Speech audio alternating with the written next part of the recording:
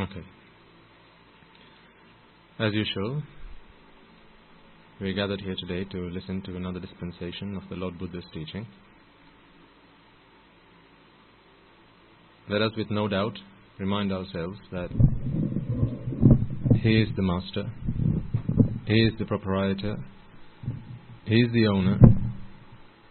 It is because of Him that we have this gift of Dhamma today. I am nothing other than a vehicle for this Dhamma. Bearing in mind that it is because of the unequaled one, the unparalleled one, the perfectly enlightened one, the blessed one, the supremely enlightened one, we have this Dhamma today. It is because of His infinite sacrifice in samsara, over many millions of eons, on the quest for the search of the truth. All His sacrifices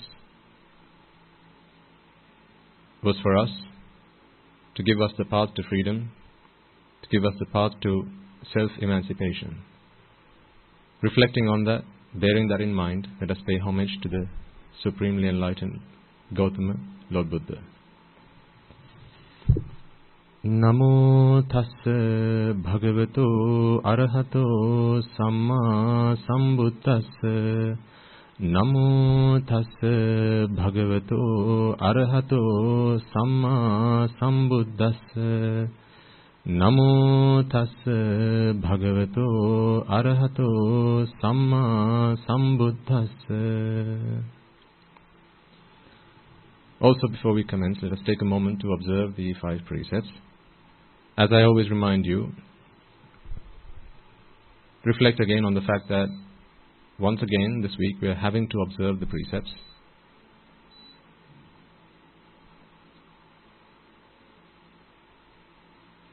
One who is still in training is someone who needs to observe precepts. One who has completed the training no longer has to observe precepts because the virtue becomes part of the very fabric of who they are. So again, bearing in mind that I am someone who is still in training, I am still a human being, a bundle of raga, dvesha, moha, walking on 2 legs, reflecting on that, contemplating on that, let us all take a moment to observe the 5 precepts in the hope, in the wish, in the determination that may this have to be the last time I have to observe the 5 precepts. In order to do so, I ask you all to recite the Namaskara Pata 3 times and all together.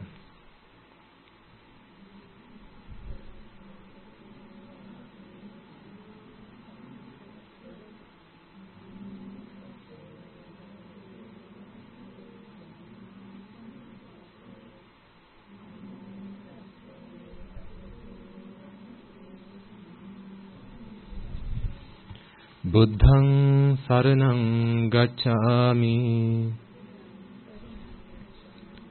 Dhammaṃ saraṇaṃ gacchāmi, Saṅghaṃ saraṇaṃ gacchāmi,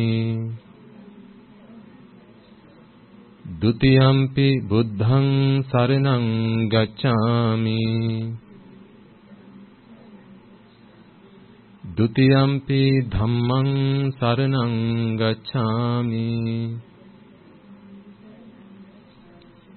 Dutiyampi saṅghaṃ saraṇaṃ gacchāmi, Tatiyampi buddhaṃ saraṇaṃ gacchāmi,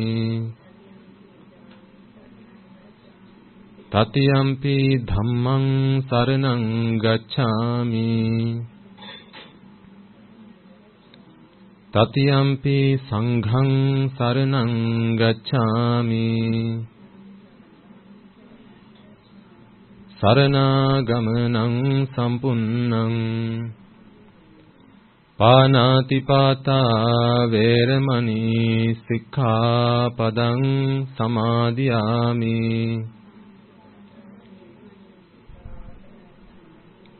Adinādānā vēramaṇī sikkhapaдаṃ samādhiyāmi,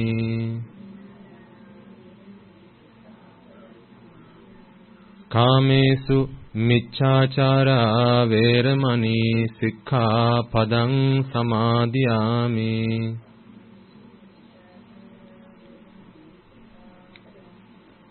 Musavada Veramani Sikkhapadang Samadhiyami. Surameraya Majjapama Datthana Veramani Sikkhapadang Samadhiyami.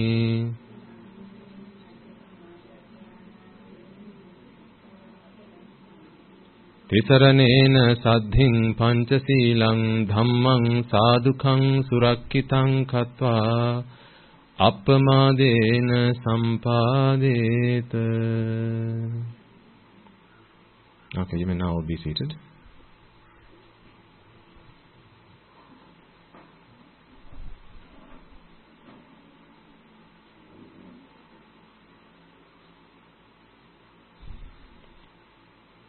Also, before we commence, let us take a moment again to reflect on the fact that throughout our infinitely long journey in samsara, there will have been many beings, humans, celestial, divine, and so on and so forth, who may have been there for our support, to help us for our existence, when the need may have arisen in the past and in the present. They may have helped us in many different ways, shapes and forms. And throughout samsara, because we did not have the gift of Dhamma, we were unable to pay them back duly. However, today, we have the gift of Dhamma which excels all gifts, and so we are in a prime position to be able to return the favors that they have done for us. Reflect on the fact that perhaps some of them are today born in the woeful planes because they might have committed themselves to redeeming us from the woeful planes. Think for a moment about perhaps your parents who might have put themselves forward to commit some unwholesome deeds on your behalf. If those unmeritorious deeds, those unwholesome deeds might have come to them, might have come to their recollection at the moment of death, it is difficult to say where their following birth might have been. So, let us all take a moment to invite all those beings. Let us take a moment to invite the devas, brahmas, spirits, demons and the dead, our ancestors, those who have predeceased us. Let us open this opportunity for them to join us. If any of them have been born in the woeful plane, may they be able to witness this meritorious deed and acquire due merit to enable them, to empower them to be born in the blissful plane. And for those beings who are in the blissful plane, to be able to witness this meritorious deed, as well as to listen to this Dhamma sermon, to be able to understand and comprehend this teaching, the Buddha's teaching, in order that they may be able to redeem themselves from the shackles of samsara once and for all. So with that hope, wish and prayer in mind, let us invite all the devas, brahmas, spirits, demons and the dead. So as I now make this invitation, I invite you all to extend that invitation out in your hearts and in your minds. May they join us, may they witness this meritorious deed, and may they be able to attain the supreme bliss of Nibbana. Samanta Chakravalesu Atra Gachantu Devata Sadhammang Munirajansa Sunantu Saggamokkadang Dhammasavana Kalo Ayang Badhanta Dhammasavana Kalo Ayang Badhanta Dhammasavana Kalo Ayang Badhanta.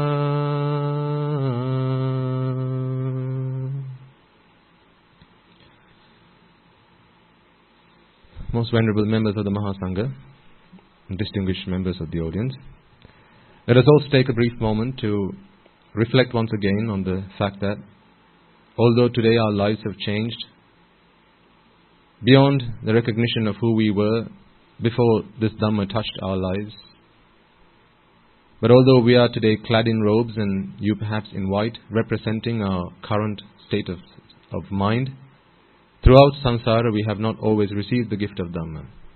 In fact, virtually always our associations have not been with noble ones or moral ones. In fact, they have virtually always been with immoral people and ignoble people. People who defiled our minds with raga, dvesha, moha, desire, aversion and delusion, blinded us with avidya and tanha, ignorance and attachment, and having done so we may have desecrated, insulted, abused, offended the noble ones, the Samma Sambuddhas, the Pacceka Buddhas, Arahata Buddhas, Anagami, Sakurdagami, Sotapannas, be they on the path or having attained the fruits, as well as the Buddha's ministry, the Sambuddha Shasana, for any words or deeds or thoughts of slander, abuse that we might have directed towards them in our ignorance or in our knowledge. Such deeds, such words, such thoughts may today block and hinder our progress, our understanding of the Dhamma.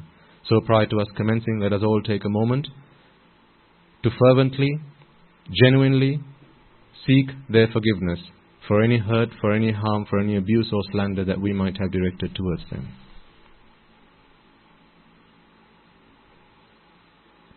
And finally, let us all make a firm resolve that through the course of this very sermon, if there are any gaps in my understanding, in my comprehension that keep me from attaining the first noble attainment of Sotapanna, may I be able to fulfill those gaps. And for anyone among you who might have already attained that state, may this sermon help you to fulfill the subsequent stages and attain the supreme bliss of Nibbana through the course of this sermon itself. With that firm resolve in mind, I invite you all to be prepared to listen to this sermon.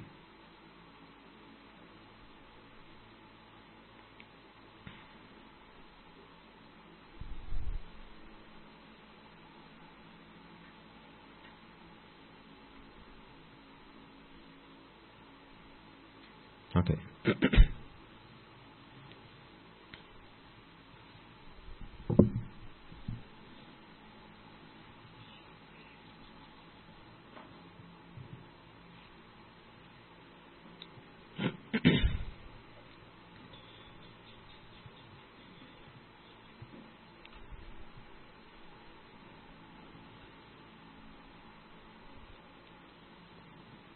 The voice record has been running for just over 14 minutes now.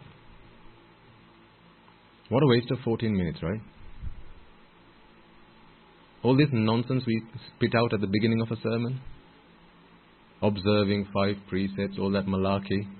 Namo tassa bhagavata. What's all that stuff? Let's just get to the meat. We don't need all the stuff around the bone. Let's just get to the juicy stuff, right? Inviting the devas, brahmas. What a waste of time. Seeking forgiveness from the noble ones. Ever felt that way?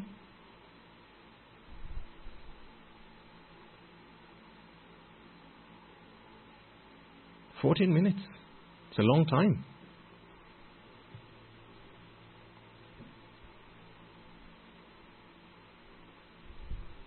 Countless times I've reminded you that we need a really good and solid foundation on which this palace of Dhamma that we build in our hearts can be built on.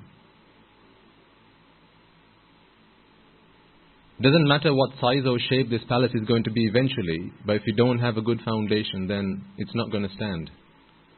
It's not going to stand the test of time. When the weathers come, when the rains come and the storms come, it's not going to stand the test. It's all going to come crashing down. And then you're going to regret. And that might be several years from now.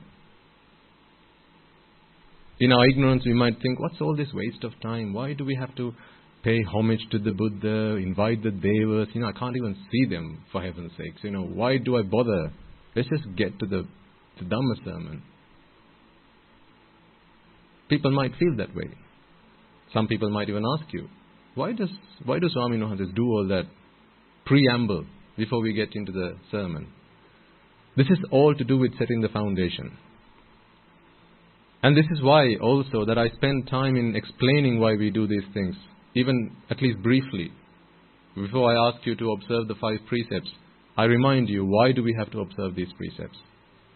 It's one thing for me to just sit down here and chant Panatipata Veramani, and then we've done it so many times now. Countless times, right? More than the number of hairs on your head. How many times have you observed the 5 precepts now? It's just become the done thing now, right? Before the beginning of a sermon or any meritorious deed, chant the Namaskara, then Buddhang Saranang, Dhammang Saranang, Dutiyampi, Tatiyampi, and then the 5 precepts. It's just a done thing. That's just how we do things here.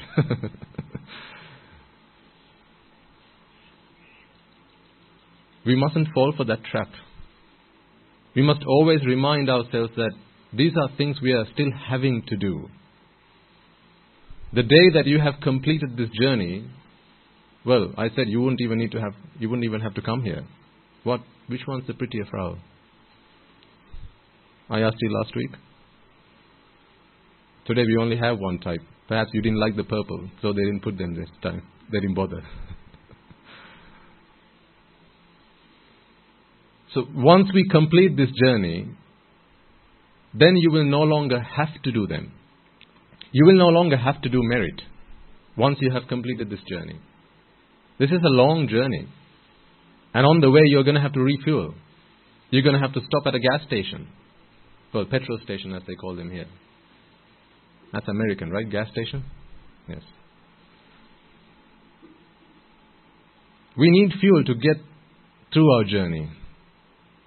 This is the fuel. We need to check our tires before we set forth. What happens if you get a flat tire on the way? Now it's a lot of trouble. But at least if you know you haven't got good tires, then you can change your tires or pick a different vehicle to start your journey. Things you have to check before you begin. In the driving test, do they not ask you to make sure that your indicators work before you set forth or after you've gone halfway on your journey? When do they ask you to check your brakes? Before. Not after the fact. Then it's too late. Well, if we have time, I'll show you a video of what happens when sometimes people forget to check their brakes before the journey. Forget to check their indicators before the journey. Likewise, on our path in the Dhamma, we have to make sure that our brakes are good, our tires are good, our indicators are good, our wiper blades are solid, there are no cracks in them, and we've got a good solid vehicle to take us through. This is not talking about this body. That's one sense of the word vehicle. But this is talking about the state of mind. This is talking about how much merit we have. This is talking about how much we owe to all other beings who are just waiting for the right opportunity to come and ask for us to pay back the dues that we owe them. There are beings who we can see with our muscular eyes, and there are those that we cannot. Whether you believe it or not is out of the question. Doesn't matter whether you believe it or not. Doesn't matter whether you believe in radio waves or ultrasound or not. It doesn't matter. It's just there. It doesn't even matter whether you like it or not. I don't like radio waves. No, tough. It's just there. I don't like the sun. Tough. For as long as you're in a solar system, it's called a solar system because there's a solar. And that's the sun. For as long as you live in one, you're going to have to put up with the sun. So there are certain things in the universe, in this cosmos, that we have to accept. There's a really good saying in Sinhala. If you jump into a well, you have to come out of the mouth through which you jumped in. We've all come to play this game. We all signed the contract. You didn't read the terms of the contract. Whose fault is that now? The one who got you to sign, or the fact that you signed it? Well, we signed it. How many times have you regretted signing contracts? And then looked back and you thought, what did I do? Those contracts comes in all shapes, sizes and forms, right? You know what I'm talking about.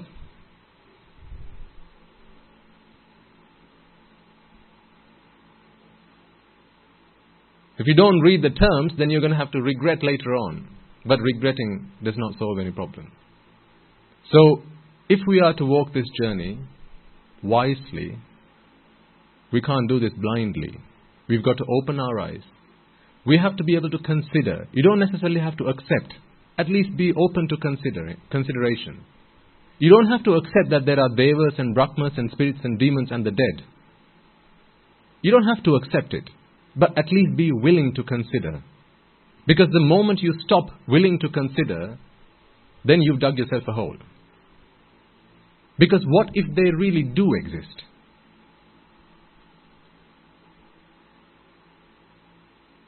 What if people were not willing to, in the time of Socrates, people weren't willing to accept that the world was round. They thought the world was flat. People weren't willing to accept that. And in their haste, they got rid of a great scientist, a great philosopher. They got him to drink poison. What a shame. What a waste. How much more could he have done to serve humankind if he was still, well, not still around, at least, around for a bit longer? One could easily think there are no devas, there are no brahmas, there are no hells, there are no heavens.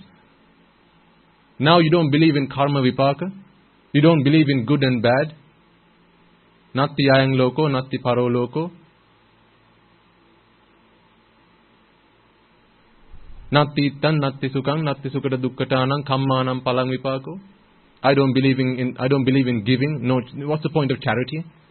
What's the point of fulfilling duties and responsibilities? That's just, why? I'm a human being. There's another human being. I live my life. You live your life. There's no such thing as fulfilling duties and responsibilities.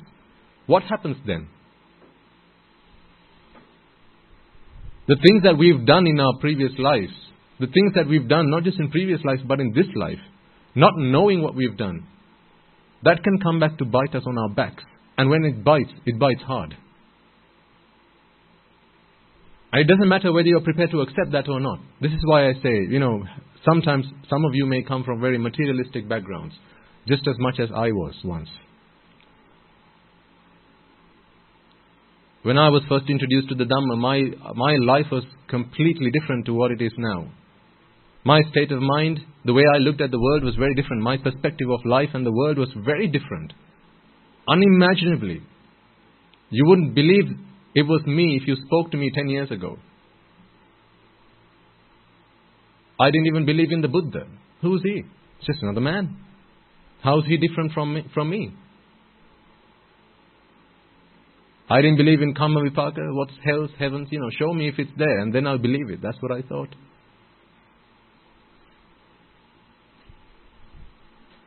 So it's okay if you don't accept it, but be prepared, be willing to consider. Because if you're willing to consider, you're never going to throw away a good book. A friend might come and offer you a good book. No, I don't read that kind of stuff. I don't read that stuff. I just read fiction. I don't like poetry. Throw it in the bin. What a waste. What if one day you begin to like poetry? What if that was the greatest book in poetry that was ever written? What if that was by William Wordsworth? Now you just chucked it in the bin. Now you're going to have to go around the houses, knocking on people's doors, going around on finding bookshops to find these valuable artifacts that you just discarded, threw away. What a shame, what a waste. Because when the need arises, it's not going to be there if you're not willing to consider. So be prepared to consider. Don't have to accept. There's no room for blind faith in Buddhism. At least not in Buddhist philosophy. There's no room for blind faith.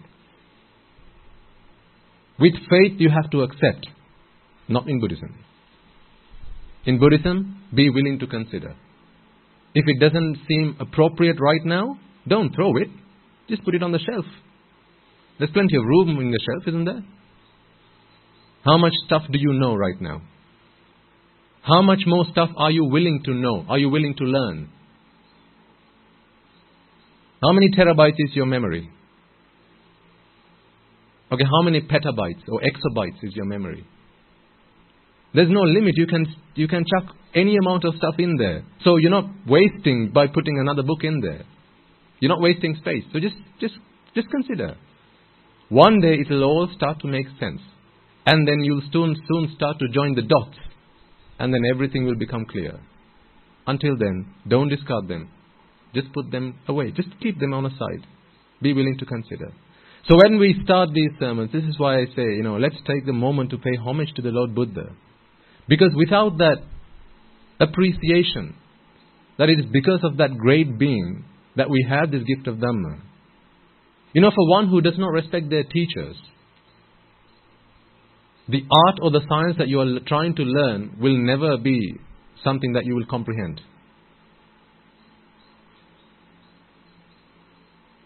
That's just the way of the world. If you don't have any reverence, if you don't have any regard for your teacher, then you're not going to be able to understand. These are all great values that we used to have in our society. I remember when I first went to the UK, I went for my first lesson at college. When my maths teacher turned up, that was the first lesson I had. I stood up from my seat. And everyone looked at me awkwardly. What are you doing, mate? People asked me. Well, that's my teacher walking into the class. Well, I must stand up and pay respect. What do you mean pay respect? Sit down, sit down. So that was the last time I actually stood up physically. But the value of respecting my teachers was something my parents taught me from a very young age. So it was a value that I will never forget. Because that is what made me who I am today. It is what helped me come this way. It is what paved this path for me to be where I am right now. To have donned a robe. To have been able to receive the gift of Dhamma. From the greatest teacher ever. If I had not paid respect to those teachers who taught me math and science and English and whatever languages or whatever subjects I learnt at school, I would not have been in a state of mind to receive the greatest gift ever, the greatest teaching ever from the greatest teacher ever. Where are you all on the value-o-meter? Over several weeks, I think a few weeks ago, we discussed a lot about values. And I reminded you all the value of making sure we have a really good and solid foundation in values. And particularly us who come from an Asian, Sri Lankan background, these values are a fundamental part of who we are. And that's not to say people who come from the Western world do not have values. That's not what I'm trying to imply. It's just I don't know a lot about those values. Because this is where I've come from. This is where I come from. So something I do know about Sri Lankan culture, about Asian culture, is that we have a lot of values. And these values were values that were passed down to us from our ancestors, who are arahants. Going many thousands of years back, this is where some of those values started. Someone walked up to me last week and asked, why do we offer flowers to the Buddha? What's the point of offering incense? Why do we offer an oil lamp? What's the point? The Buddha's not here. Really good questions.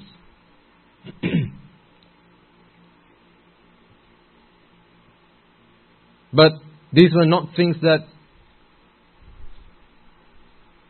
These were all things that our ancestors used to do, but not just because. They had meaning behind them.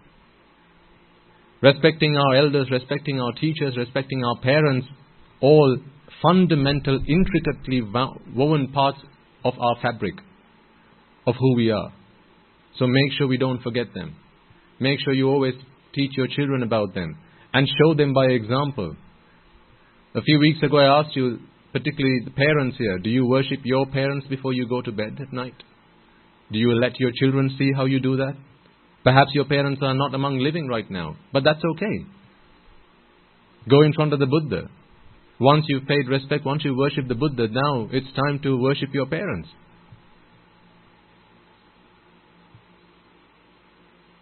Dasamase urekatva. Buddhikaro alingitva. Worship your parents. Let your children see you doing that. And then they'll ask you, Amma, what did you just say that? Tate, what did you just say? What did you just recite? Oh, I'm worshipping my parents. But they're dead. Why do you have to worship them now? Because it's not the person that we are worshipping. It's not the physical body, this person that we are worshipping. It's the qualities that we're worshipping. It's those qualities that my parents had, that they passed down to me. Who am I if not the qualities that I portray? Who are you if you are not the qualities that you portray? Ask your friends, why do you like me? Or ask your enemies, why do you hate me? What are they going to say? They're going to say, I like you because you're nice to me, because I see you helping other people, because you're very kind, because you speak soft words, because you're very respectful to others, because you're very generous. What are these? Qualities, values. Ask someone why they don't like you very much. Because you speak harsh words. That's why I don't like you. Because you always lie. That's why I don't like you. Because you're always complaining and moaning about something or the other. All the time. That's why I don't like you. See? Again, what are they complaining about? The qualities. So good qualities and bad qualities always existed in the world. Who you are is nothing but the amalgamation of those qualities, good and bad. So our quest on this path in Dhamma is really, one might think I'm trying to become an Arahant. Others might think I'm trying to attain Nibbana. Often I say, put them both to a side. Let's instill these values within us. Because when you instill these values, the rest will happen automatically. Before we start the sermon, we always pay respect to our teacher. That is the supremely enlightened Buddha. Because if not for him, if not for those qualities that sprang in his mind, that infinite compassion, how much compassion did the Buddha have? How many kilos of compassion? That's infinite. How much wisdom did he have? How much concentration did he have? How generous was he? Come on, give me an answer to that if you can. If you dare, I say. How kind was the Buddha?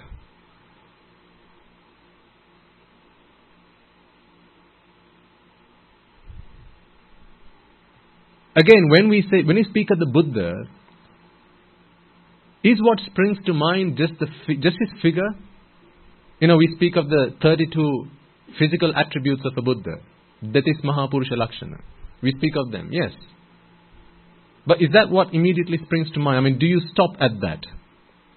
Is that how you see the Buddha? What was Buddha's instruction to Vakkali? So, yo dhammang passati, so mam passati. You must see the Dhamma to have seen me.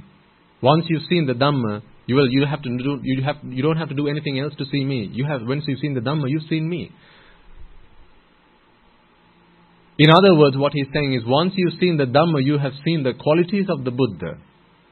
This is why in one of the sermons I proved to you that acquiring and accumulating and instilling these values and trying to comprehend the Dhamma are not two different things. They are one and the same. And then we recite, Buddhang saranang gacchami, Dhammang saranang gacchami, Sanghang saranang gacchami. Why? To while away a few minutes? Dutiyampi, tatiyampi, twice and for the third time, I seek homage. What do we seek homage for? Who seeks homage? Let's start there. Who seeks homage? Refugees seek homage.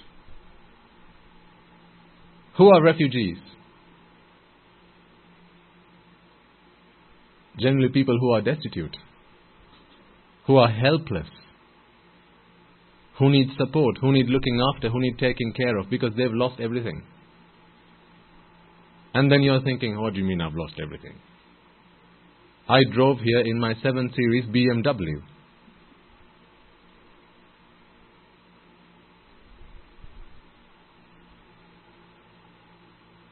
What do you mean I've lost everything? You should come round Swami Bhante and see my house. I've got 7 bedrooms. What do you mean I've lost everything? Look what everything I've got. What do you mean? Check my bank account. I'm loaded. What do you mean I've lost everything? Do you really feel like refugees?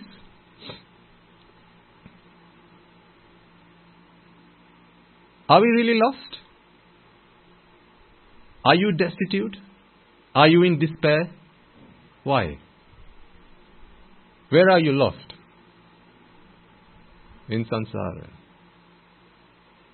How much money in your bank account will show you the way? How many houses in Colombo 7 will show you the way out of samsara? Okay, put Colombo 7 to a side. New York City.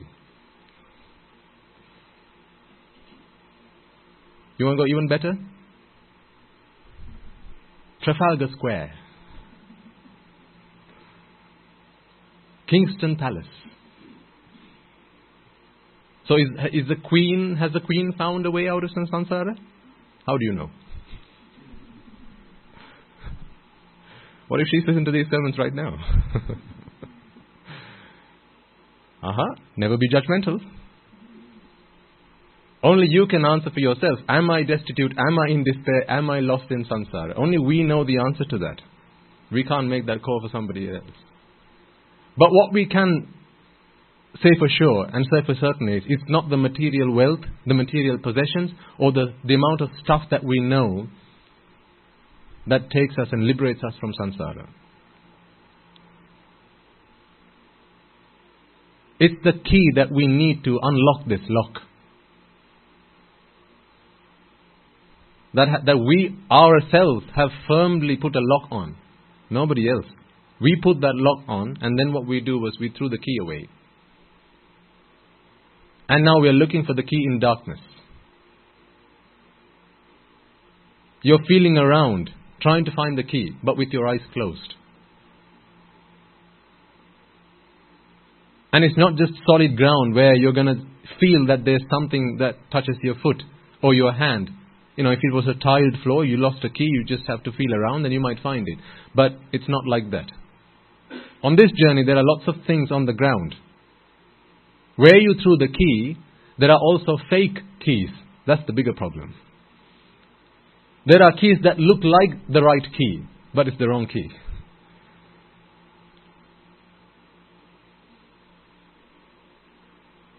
Then there are also deep holes into which sometimes the key that you threw away might have fallen. Now how are you going to find it by feeling in the dark? It's the hole. You're going to have to put your arm in to pick it up. So this is certainly not something that we can do in the darkness. Sunata dhareta charata, said the Buddha. Sunata, listen. Listen to what? The Dhamma. What is the Dhamma? What is the gift? Remember last week, I think, if I remember correctly, I gave you I related a story from the Buddha's life where he went into this forest and he looked around. And then he asks Venerable Ananda, I've picked up a handful of leaves. Right, remember? Was it last week I said this? I have picked up a handful of leaves in my hand. Which of these do you think is more? The number of leaves in my hand or the number of leaves in all the trees in this forest? So, the point I tried to put forward to you last week was, when the Buddha knew so much, he's omniscient. Omniscient is knowing everything. If there's anything to know, the Buddha knew it. The limit of his knowledge is everything there is to know. Works both ways. If there's anything to know, the Buddha knows it. And the limit of what the Buddha knows, that is all there is to know. There's nothing else that needs to be known, that can be known. So he was omniscient. In his omniscience, when he knew everything about the universe, why did he focus his teaching on just 4 things?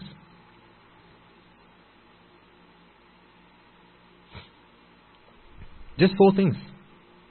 84,000 sutras, all focused on 4 things. The 4 noble truths.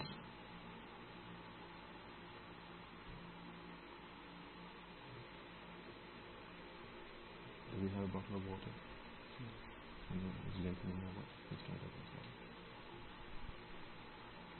The 4 noble truths. He focused his teaching on the 4 noble truths.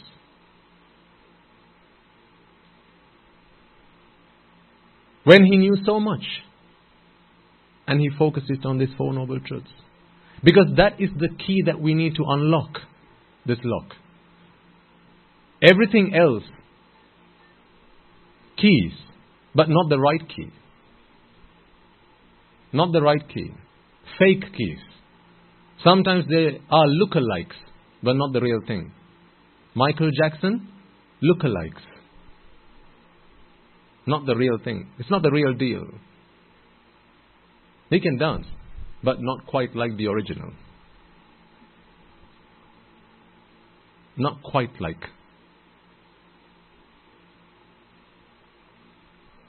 So, Buddhang Saranang Gacchami. First, Sunata, listen. Listen from whom? From someone who has seen for himself. It has to be either the Buddha or a disciple of the Buddha. Who's a disciple of the Buddha? One who's in robes? No. One who has seen the Dhamma for himself or herself.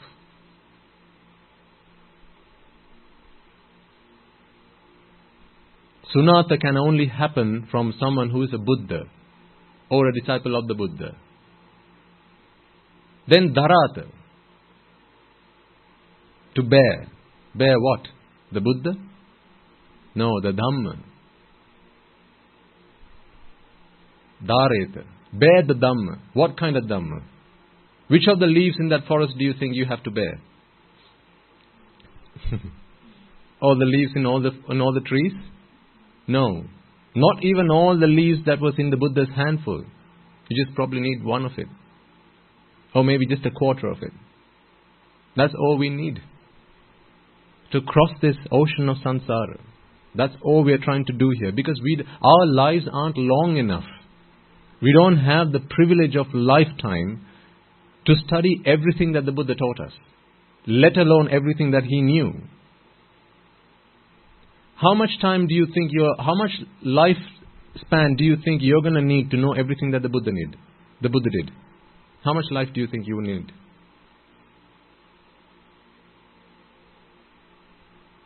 20 incalculable eons. That's how long. If you're willing to live that long, go through samsara for that long, with that one resolve in mind, I can guarantee you will. Start now.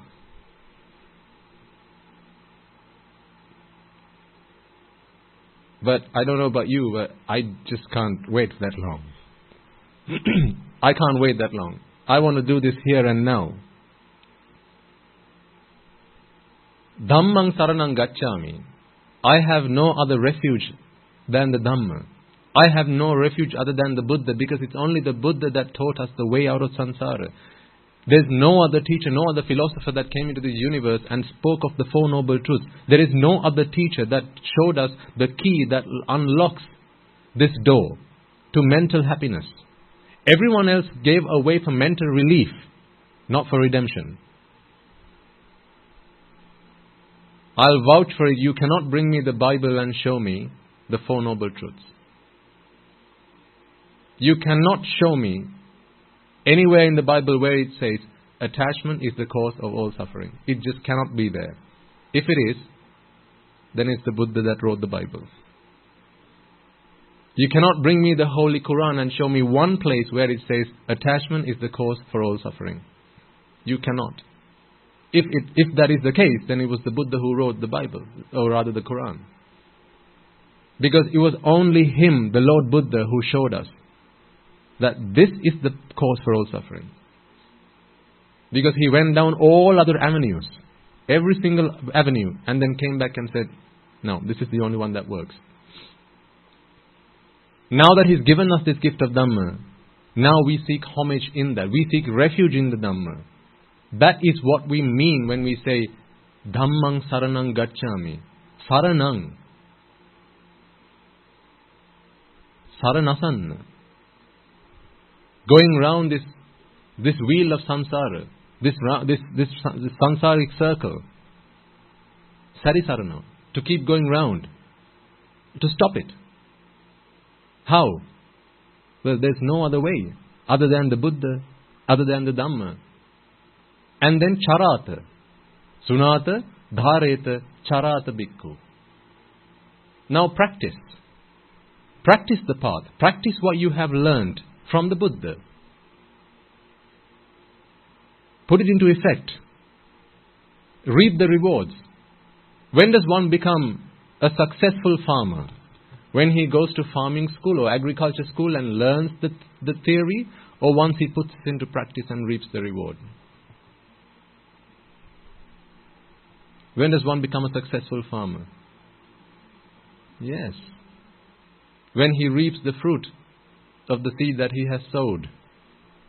I know a lot about farming. Does that make me a good farmer? No. It makes me a very knowledgeable farmer, not a good farmer. For me to be able to say boldly, look at me, I'm a good farmer. What will you be expecting in me? Experience in farming, right? Otherwise, I've just got book knowledge. I've just learned something that someone taught me, but really not practiced it. And I can't say, how many times will you go to a surgeon that's doing his operation for the first time? He's not even tried it at medical college. Not even on corpses. He's doing it literally for the first time on a real human body. Who's willing to go under the knife? That's why they put corpses, because they don't have a say. If a corpse could talk, they'd run for their lives. Because what makes a good surgeon is one who has practiced it and perfected it. So charata is to practice. That's when you instill the values of the Sangha within yourself. Sangha. We've spoken about the Noble Eightfold Path in previous sermons. Sangma, Ditti, Sangma, Sankappa, Sangma, Vacha, Kammanta, and so on. Sang is the problem. Ignorance and attachment. Gha, Gasadan, to dispel, to discard and throw away. Sanghang Saranang Gacchami. I seek homage in the Sangha. And once we've done that, now it's our time to invite the Devas, Brahmas, spirits, demons and the dead. Because we are now aware, having sought refuge in the Sangha, in the Dhamma and in the Buddha, we are aware that we've come through a long time in samsara. And there are lots of beings who will have helped me to be where I am today. This is why I say, in our previous lives, ladies and gentlemen, there may have been many people who sacrificed themselves for our betterment, for our good, for our benefit. Just think about your parents.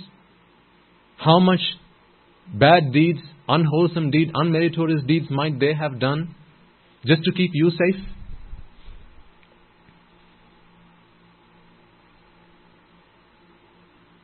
How many cockroaches might they have killed? How many mosquitoes? How many flies might they have swatted? For what? To keep you safe.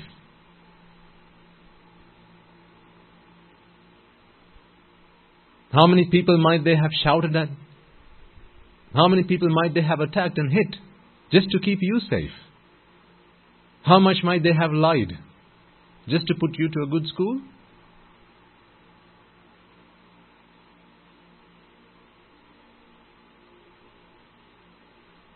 That's just in this life. What about in previous lives? Everyone who might have been one of our ancestors. So we can't be forgetful of that. We can't be ungrateful. Ungratefulness is not a good foundation on which to build the palace of Nibbana. It's just not going to work. The walls are going to start cracking pretty soon. Because what we are trying to do, remember, is try to instill values within us. Gratefulness is a critically important value. Being grateful. And the Buddha showed that by example. He was an exemplary. What did he do for a whole week after having attained Buddhahood? He reflected back on everyone that had helped him. None of them were Buddhas. No, he enlightened by himself. So no one really helped him to get there. Not in that sense. But there might have been people who gave him alms when he was a bodhisattva. Teachers who might have taught them the best that they could. Alara Kala Muddakaramaputta. Why do you think the Buddha looked back and checked where his teachers were? This is to be grateful. Now that I've done my thing, why else do you think the Buddha why did you think the Buddha bothered? He is now the Buddha. There's no one above him. There's nowhere else to go. Nothing else more to achieve. Whatever there is to achieve, he has now achieved. So does he need anybody else's help from that point forward? No. For alms and things like that, yes. But what he did was reflected, looked at his past, everyone that had helped him, and sought an opportunity to pay back. And this is what we do. Because, like I said at the start, whether you are willing to accept or not, those beings to whom we might have done this service, we might have hurt, harmed, abused and slandered, they are looking for the right opportunity to come and attack us.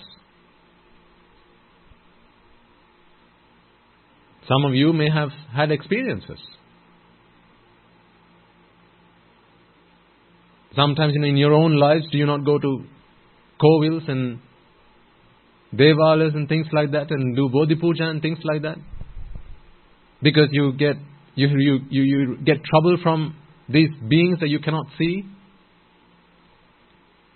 but you're not willing to accept that they exist. I've asked you in the past, why do you offer an alms to the temple wherever every year, reminding about, thinking about your parents and transfer merits to them? Why do your parents need merit if they have now been born in the heavens? They've got more than you have. Think about it. A man walks up to your door, knock, knock, knock. You open the door. You're a poor person, but you look out and he just gets out of his BMW and he says, "Can I have 1,000 rupees, please?" He's well clad, smartly dressed, tie, shirt, coat, boots, everything. He says, "Can I have 1,000 rupees, please?" What are you going to say? "Hey, mister, I don't think you need my money. Quite the contrary, I think you could help me out."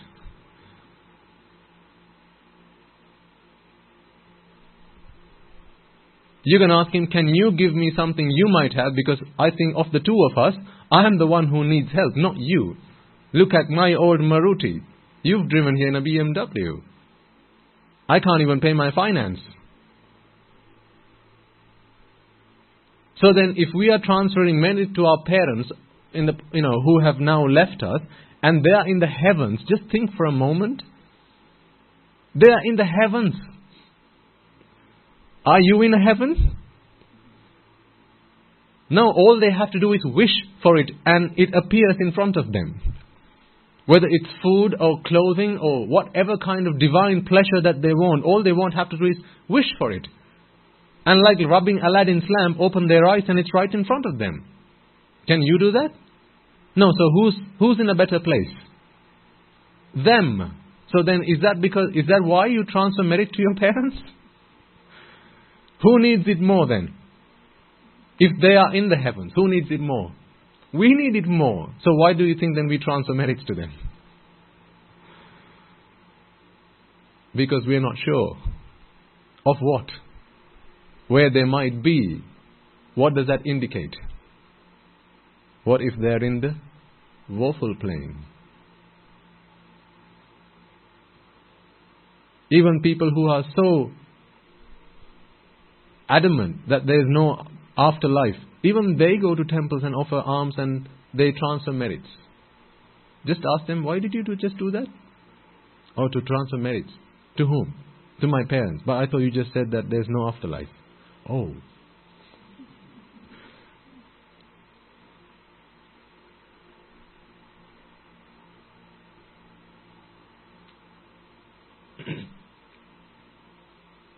So we have to pay back for those things that we received from them. Whatever that help might have been. It might just have been a glass of water. Might have been a grain of sand. The thing is, some of our debtors are looking for us to pay back. Because whilst you and I, we may be on a path to Nibbana, and our quest in life is to let go, our ancestors may not feel the same way. Just think about you in your life. Before you understood the Dhamma, before you began to walk this path on the Dhamma, if someone borrowed some money from you, were you not keen on making sure that they paid it back on time? And if they were a little bit late, did you not go and ask for a little bit more in interest? And made sure you wrote it down, make sure everyone pays back every penny of it? But maybe now you're not so fussed. You ask it once, twice, 3 times. Forget it. Might have been a samsaric debt that I owed them. You have come to me and said, these are your examples you shared with me. I'm not making stuff up. You've shared these stories with me. People right here, just among yourselves. But before you understood the Dhamma, it was by hook or by crook. I will ask once. Nicely. I will ask a second time. Politely. I will ask a third time. Finally. And the next time, it's not using my mouth, I'm going to ask for that money. I've got arms and legs. They have to be put to good use.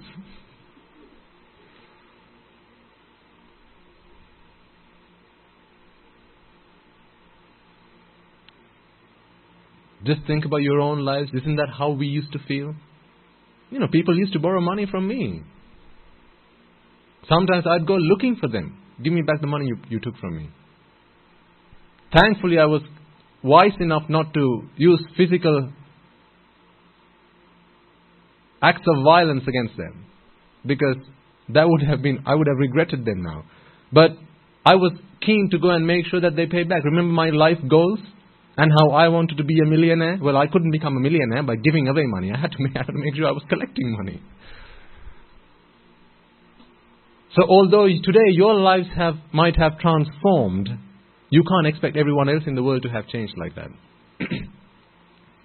So they will have given you debts, not just in this birth, but in previous births. Again, I say, whether you like to accept this or not, is regardless, irrespective. Today they come back looking for you to pay back, and with interest.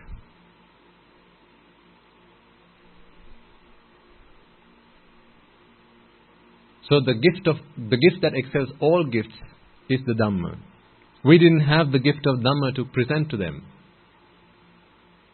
Today we are able to do with meritorious deeds. Thanks to the Buddha Shasana. Everyone has a chance here. This is the great thing about the Buddha Shasana. If you came along yesterday and the day before, where we had the Pirit chanting overnight and the offering of the Katina robe, you will all have had a great opportunity to acquire a lot of merit by doing that. And among those people will have been those that just offered someone a glass of water, maybe perhaps a bottle of water, perhaps ushered them someone to a seat. Everyone has a chance in the Buddha Shasana. Everybody. Whether you're rich or you're poor, everybody has equal chance.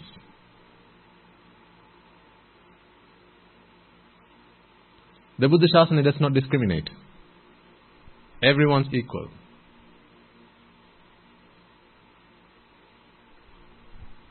Navajja vasalo hoti. Navajja hoti brahmana. Kammana vasalo hoti. Kammana hoti brahmana. It's not your descent that determines whether you're a Vasala or a Brahman. A Vasala is someone who comes from a very low background. The scum of the earth. Not something that I use, right? It's that's the terminology that people use. They're the scum of the earth. Useless fellow. Sometimes people use those words. You don't know who you're insulting. Be careful.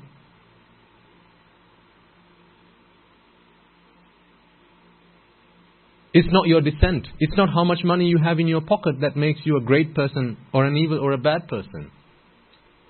It's your state of mind. The story of Anathapindaka offering the Jetavanarama to the Buddha is one of the best examples that we can offer. In reward, he received a silver palace in the heavens. What did the person who had nothing in his pocket, just witnessing that deed, putting his arms together and just said, sadhu, sadhu, sadhu? He received a golden palace. That is why the Buddha Sasana does not discriminate. Everyone's equal. Like the Mahasangha, everyone's equal. Does not matter where I come from. Does not matter where Dasahamdru comes from. Doesn't matter where anybody comes from. Once we've come into the Shasana, once we've donned robes, we're all equal. Big or small, short or thin or fat or whatever, black or white, we're all equal. From that point forward, what makes us differ is the state of mind that we have, our understanding of the Dhamma. And that is not something that is limited to a few people. Everybody can go walk this path. So it's an equal race. Well, it's not a race, it's a race against ourselves, not against the guy standing next to you. So now that we have the gift of this Dhamma, it is our time to offer this gift back to those beings who are looking for us to pay back what we owe them. You know, in those worlds, they don't have any use for dollars or rupees or pounds or whatever. You know, they can't use them in the afterworld because they don't have shops that accept rupees. The only thing of value in those worlds is merit, because these are worlds that are primarily composed of karma. They are primarily composed of karma. And the karma comes in two forms, good and bad. Ping and pao. The reason that they've been born in those worlds is because, in the woeful planes, is because they have done potentially more bad than good. So now they don't have the currency to expend through which they can earn a living. Because they don't have shops, they don't have offices and jobs to go and do in those worlds. They just live on the merit that they have acquired. If there is enough merit, they get to eat. If there's no merit, no food. If there's enough merit, then they get to clothe themselves. If there's no merit, then no clothes, be nude. So this is why we transfer merits, and this is also why we invite those beings to join us, to witness this meritorious deed. That's the first thing we say. Not let them be able to understand this Dhamma. At least let them be able to witness this meritorious deed. Let them witness you offering flowers to the Buddha. Just the sight of the Buddha is enough for them to acquire lots of merit. And that merit might then help them to be born in the blissful plane. As a human, or a Deva, or a Brahma. And then once they're there, provided they can listen to the Dhamma, they have the power of hearing. Now, that's why we finally say, may they now be able to listen to this sermon, understand what it is that we speak of, and be able to comprehend the Dhamma. So was that a wasted 10 minutes? If you knew for certain that your parents have been born in the woeful plane, I guarantee that you would rather that I spend all 2 hours of our sermon inviting them and making sure that they have every opportunity to receive these merits, and spend the last half an hour really delivering this sermon to you. If you knew that your parents, who are perhaps no longer with you, have been born in the woeful plane and they're able to witness this, that's what you would wish for. Because there, it's not the lack of Dhamma that's the problem. For us, it's the lack of Dhamma.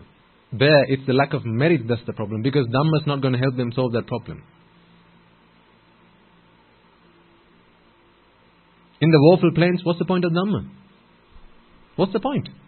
If you can't understand it, what's the point? I'm going to speak to you in French. Okay, some of you might know it. I'm going to speak to you in Russian. Anyone know Russian? Okay, what's the point?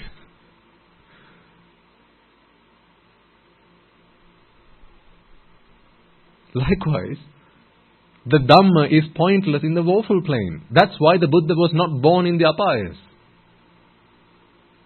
That's why the Buddha's descent, the Buddha's advent is into the blissful plane.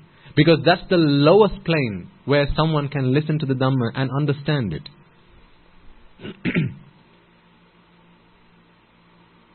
And then all these things that we do, like offering flowers, they have a very profound meaning behind them. And I'll share some of that with you. Because all of this is useful stuff. Because otherwise what people might think is, why do we waste money, effort, all this? What's the point? Even benefactors, like you, right? They might begin to wonder, is this what we offered the money to the monastery for? To do this? What's the point? To do that? What's the point? Someone might feel that way. I'm not saying you do, but there are lots of people listening to these sermons. Either live or recorded sermons, so on and so forth. And people to whom, making offerings like this is new. Right? For them, it's valid for them to ask the question, why do we do this? Flowers.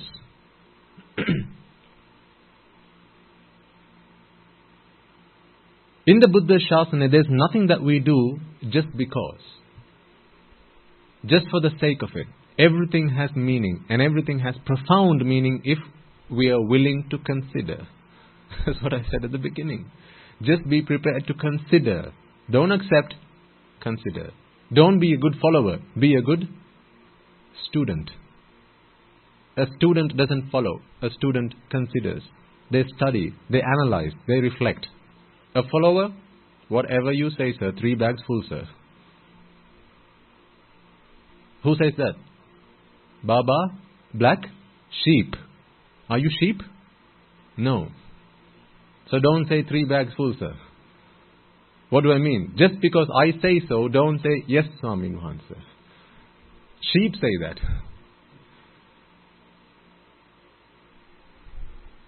So offering flowers. Flowers grow on trees. Why do trees need flowers? Do they need them, or do they just, it's just coincidence that flowers grow on trees? Why do trees need flowers? Why do plants need flowers? Yes, for reproduction. And what is the purpose of flowers in the reproduction purpose, in the reproduction process? What do flowers do? It attracts. This is a magnet for bees and other insects. Come on. It's time for business. The shop is open. That's what the tree says. Because it hasn't got a voice, this is how the tree says, I am now ready to reproduce. So, beautiful and pretty flowers bloom. And their fragrance is spread all over, everywhere. So there are insects who, most of them really don't know what their purpose is. What do the bees think the flowers are there for? For honey. That's why you also go and call the other person, hey honey. Because what do you think they are there for? To provide you with honey, right? So you think. The bees go to the tree for honey because they think this honey is for me. That's the purpose of a flower, to provide me with honey. That's what bees think. Ask the tree. Ask the tree. What's the tree gonna say? I don't care one bit for the bees. My whole purpose in making such effort, in using all the energy that I have been able to acquire, to bloom these flowers, is for what? To help the reproduction process. I want to reproduce. I want to make more of me. And even plants have a me.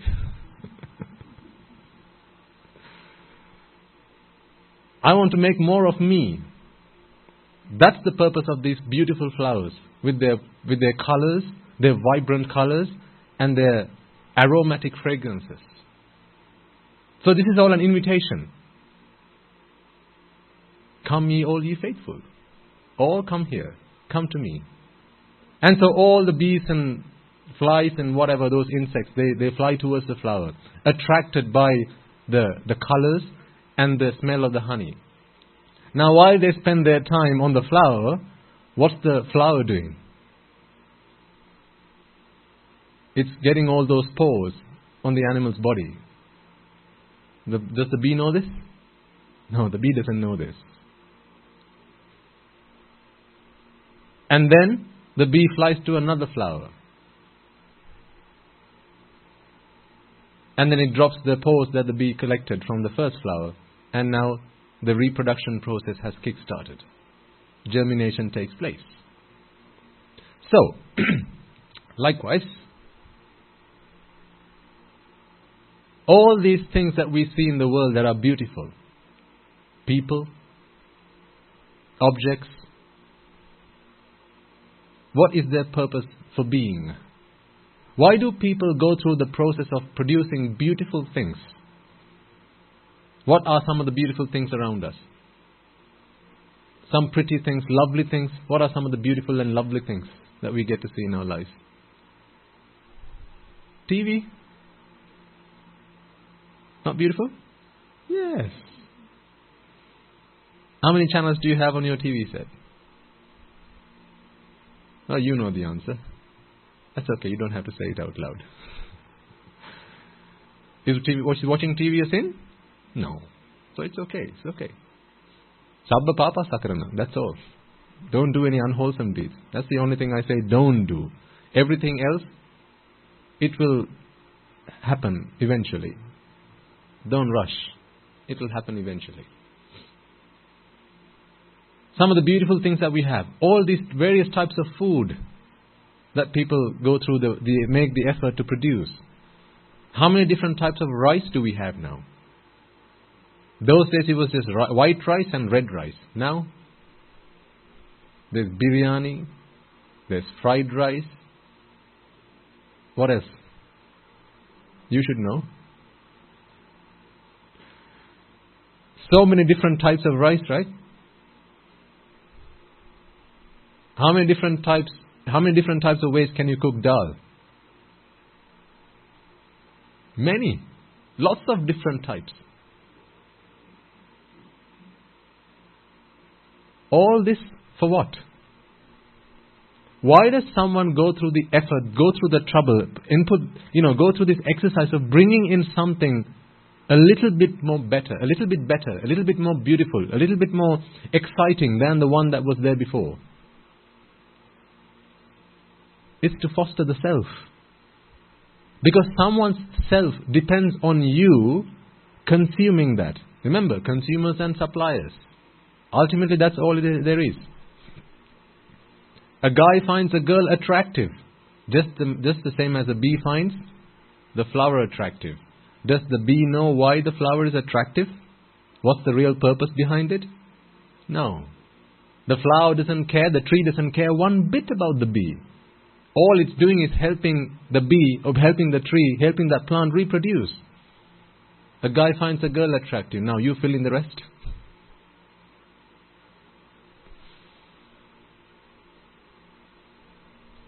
A girl finds a guy attractive. You fill in the rest.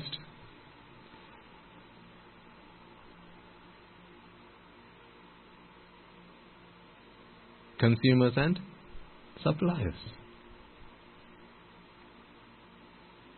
The thing is, sometimes we don't know that we've become consumers.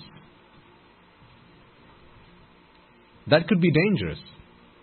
Because if the bee falls for the trap that this flower is there purely for my existence, the reason that this flower came into the world is for me, now there's a strong bond that is created there. This is for me and mine. That's the notion that the bee comes to after that. And then if another bee comes along, bugger off. That's my flower. just like humans. Bugger off. She's mine.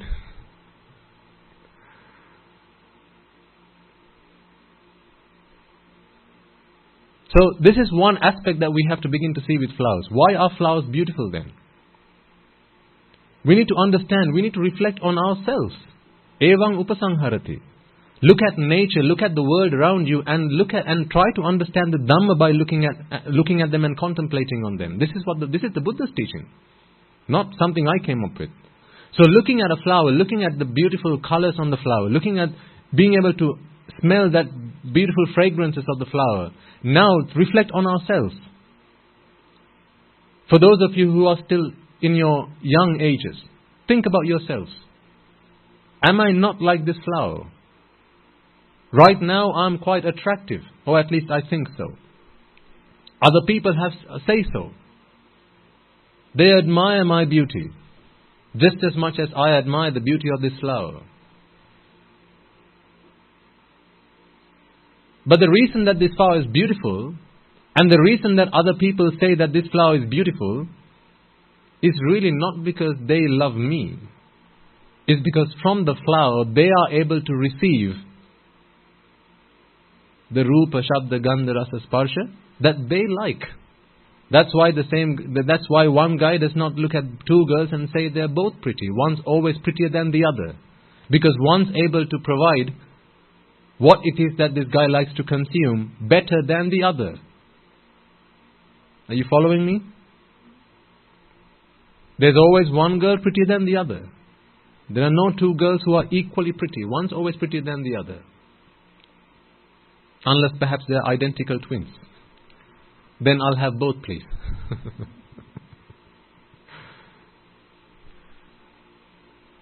So likewise, the reason, to reflect on your image, your beauty. Again, beauty lies in the eyes of the beholder. See, all this to contemplate on. Someone says you're pretty, and that's because to them you're pretty. The next day someone might come up to you and say, you look disgusting. Look at the way you wear your hair. That doesn't look pretty at all. People like white flowers, people like purple flowers. Others like red. Others like daffodils, and some like roses. Some like jasmines. All lies in the eyes of the beholder. Likewise, when we make offerings to the Buddha, when we lay that flower on the altar, come to our senses. Understand that this flower looks pretty to me. That's not because the flower is pretty. Beauty lies in the eyes of the beholder. This flower looks pretty to me. Therefore this flower should not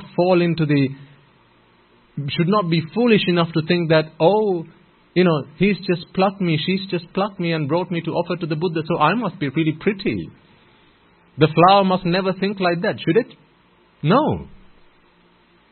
Because is the flower really pretty? No, because beauty lies in the eyes of the beholder.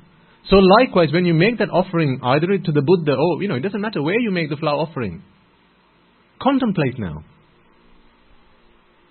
I look at the mirror and I see a pretty image. Others do say that I'm pretty.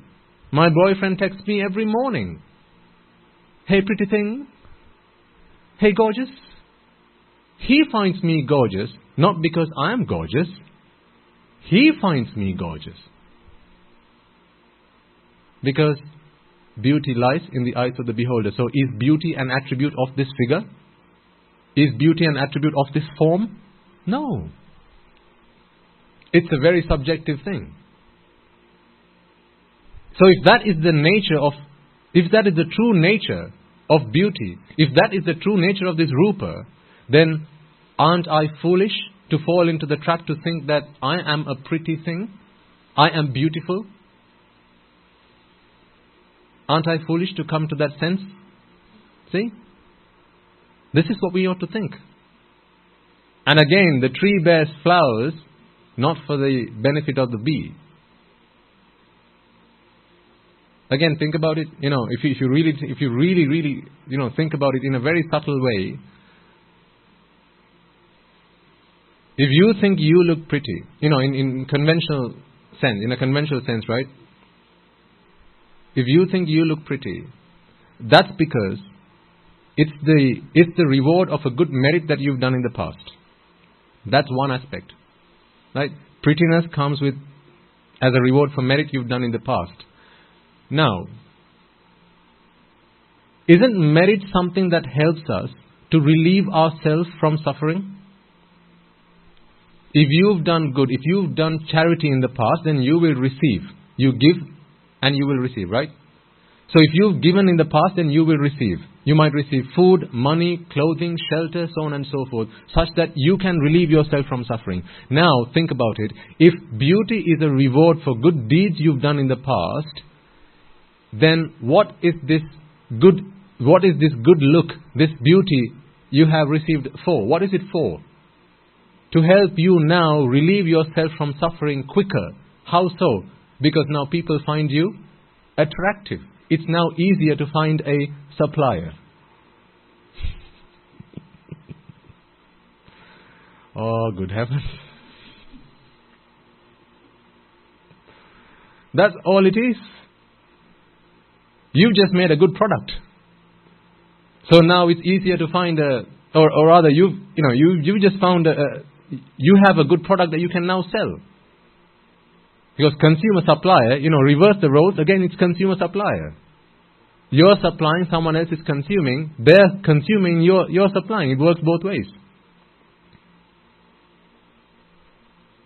And this is why, true, when they say that good beauty is the reward of good merit you've done in the past, that is absolutely true. Is it easier to hand a girl off in marriage if she's pretty or if she's ugly? If she's pretty. But is prettiness or ugliness an attribute of the woman? No. But it lies in the eyes of the beholder, right? But it's because of good merit that she's been born that way. Why so? Because now it's easier for that person to relieve themselves from suffering. But it can work the other way as well. Someone who's very pretty might attract unwelcome interest as well. If you're really, really, really, really ugly, then no one might be interested in abusing you. But good looks can come to our harm. That will be the bad deed that we've done in the past. Again, coming back and paying reward.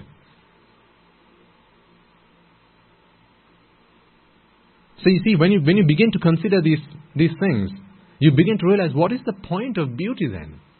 All this is for is just to be able to relieve myself from suffering. But does good looks bear any relation on how quickly you can attain Nibbana? No. That has nothing to do with it. But in terms of how successful that you can be in this world? Now yes. It's easier to get a job if you're pretty, aren't you? Isn't it?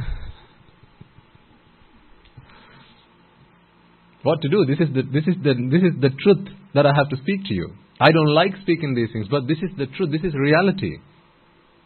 It's easier to ask a favor if you have good looks. It's easier to ask for a discount. Walk to a shop. Can you give me a discount? No, not for you. You walk away. A younger model comes in. Can I ask for a discount? Yes. How much would you like, madam? I'll bring it to your doorstep. To relieve yourself from suffering. So offering those flowers at the feet of the Buddha, all these things are things you can think about. You see, a lot of Dhamma.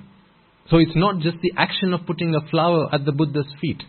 Now, one more thing though. Why at his feet though? Why do you not put it on his hand? Why the feet?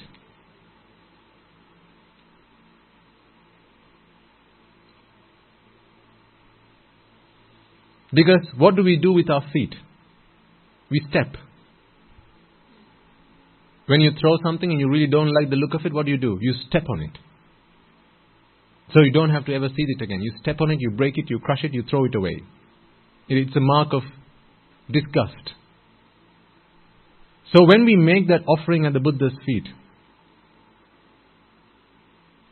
We contemplate on the fact that the Buddha was someone who realized that these karma worlds, Rupa Kama, Shabda Kama, Gandha Kama, Rasa Kama, Pottappa Kama, Dhamma Kama. This karma you equate, this sensuality you equate to the beauty and the fragrance of the flower. He discarded them. He didn't praise them. He only found fault with them. He dispelled them. He stepped on them. He treaded on them. He said, discard them, throw away. Karma is not good for us. Sensuality is not something that is worth having. It's something that has to be discarded, shun away. And that's why we make that offering at His feet. What is the stanza you recite when you offer flowers? And there's another one.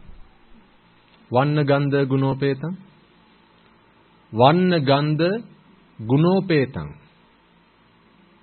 Varna, flower, is the color. Gandha, the smell. Gunopetam. Upama. This is the simile. Guna upama. Gunopetam. Like the smell and the color. Varna Gandha. I use these two as a simile. Vanna Gandha Gunopetam Etang Kusuma Santatin. Santatin. Etang Kusuma. What do we think Kusuma is here? Flower? That's one meaning. Ku. Ku Sung. Ku is what? Evil, bad. Remember Kusal? What is doing Kusal? Ku, Kunu, Salaharino. Ku Sung. Sung Kalladana. To dispel, to disregard, to throw away. To throw away. Ku Sung. Etang Kusuma Santatin. Chitta Santane is the mind. Santane. Citta. This is the mind that is spoken of there. Vanna Gandha Gunopetang Etang Kusuma Santatin. Pujayami Munindassa Siripada Saroruhe. In fact, Saroruhe is actually the flower, not the Kusuma. These are flowers that, in those days, you to pick flowers, you had to go to the lake where flowers used to grow. And, so Saroruhe are flowers that grow in the lake. Vanna Gandha Gunopetang Etang Kusuma Santatin. So, my mind, I rid of the defilements. I rid my mind of the cankers, of the 10 unwholesome deeds. Like what? And instill in this mind good qualities, like the fragrance and the beauty of the Buddha, not the figure, again the qualities.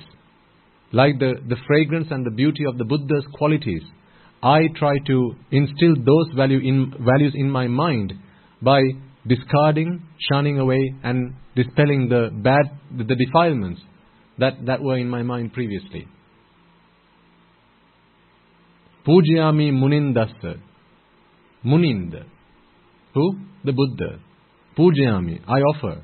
Puja. Pujayami Munindassa Siripada. At his feet. And these flowers. So when you make that offering of flowers, it's a contemplation. I recognize that in my mind there are defilements that incline me towards evil deeds, evil thoughts and evil actions. So may through this offering, may through the merits that I acquired through this offering, I be able to shun those defilements, those cankers which take over my mind, and be able to instill good, great qualities, beautify my mind, make my mind fragrant with good and great qualities. That is the true offering of flowers in the Arya Vinaya. There's a conventional sense. I bring flowers, flowers are beautiful, flowers are going to die in a moment, so likewise I'm going to pass away, my body is going to wither just like flowers do. Nothing wrong. That is also correct. You can do that as well. But remember, we're not just talking about the physicality here. In the Arya Vinaya, we talk about the mind, because the physical problem you don't need to fix. That will fix itself. But the mental problem, that has to be fixed. Then, incense. When you offer incense or joss sticks, there's a very profound meaning behind that. You see, actually, have you never thought about this? Something that just sprang to mind. When you observe Atasil, isn't there a precept that says, that goes like, Mala Gandha Vilepana Dharana Mandana Vibhusana Attana Veramani Sikkhapadang Samadhyami. So, Mala Gandha. Okay? That's flowers and incense. Vilepana, these are things that you apply on your body. Dharana Mandana, things that you might wear on your body, like ornaments and things like that, jewelry and things like that. Vibhusana Attana Veramani. I discard them, I put them away, because these are not things that are worthwhile. And the reason for that also, I think I explained to you in a previous sermon. Really, because one might think, why does the Buddha restrict our freedom like this? I'm not even a monk, I've just come to observe the 8 precepts, and the Buddha has given me a precept that says I shouldn't smell good, I shouldn't wear good, nice jewelry. Why does the Buddha say that? I shouldn't dance, I shouldn't sing. Why is that? Isn't that restricting my freedom? When he's the leader of liberation, when he's the epitome of liberation, why does he speak of limiting ourselves and restricting ourselves? The question that might come to your mind. Sir? Beg your pardon? It is. It is the way of the Arahant. But we are all still in training. So it's one thing to pretend to be an Arahant. But on the path to become an Arahant, these are things that are naturally shed away. But until such time, again, within this precept, there's something to think about. Remember, I gave you the example of, you wear jewelry. Okay, imagine it's a chain, a necklace you wear on your neck. You only see this before you leave home when you stand in front of the mirror. From that point forwards, who enjoys the beauty of that necklace? You or people who look at you? People who look at you. What about your earrings? Who observes the beauty? You or the people that look at you? People that look at you, right? What about, okay, let's say you like to dance. You get on a stage, you go through practice, day and night and afternoon, you practice, and then finally, event day comes and now you're on the stage dancing. Who's doing the hard work? Who's just sat there and enjoying it? You went through the practice. You went through all the hard work, sleepless nights, whether it's singing or dancing or whatever, right? To make happy whom? Yourself or the world? The world. They just sat there with their eyes and ears open and then just looking at you. Just like wearing that jewelry. Who's got to now protect the jewelry? You. But who enjoys its beauty? Somebody else. Who had to go through training and singing and dancing? You. But who enjoys that? Somebody else. What the Buddha really says is, don't sacrifice your freedom for somebody else. Don't sacrifice your happiness. Don't exert yourself uselessly for somebody else. Because ultimately, what are you giving them? Just Rupa, Shabda, Gandha, Rasa, Sparsha. Things that are going to redeem themselves from suffering? No. Preach as much Dhamma as you like. There's no problem with that. Why? Because that helps them to redeem themselves from suffering. But is listening to music or watching dances or looking at jewelry a true way to redeem oneself from suffering? No. Then for someone to stand on the stage and start singing? Relief from suffering, not redemption from suffering. It's not going to cure the problem. So that's why the Buddha says, what's the point of doing it? Stop doing that. Pointless. So it's not really restricting your freedom. It's saying, think what you're doing. How is this helping you? You've come here to observe the Noble Eightfold Path and walk the Noble Eightfold Path. How is bearing fragrance or flowers or jewelry or dancing or singing, how is that going to help you? No. Well, then why are you doing it? This is what he asks. Right, so let's go back to the incense.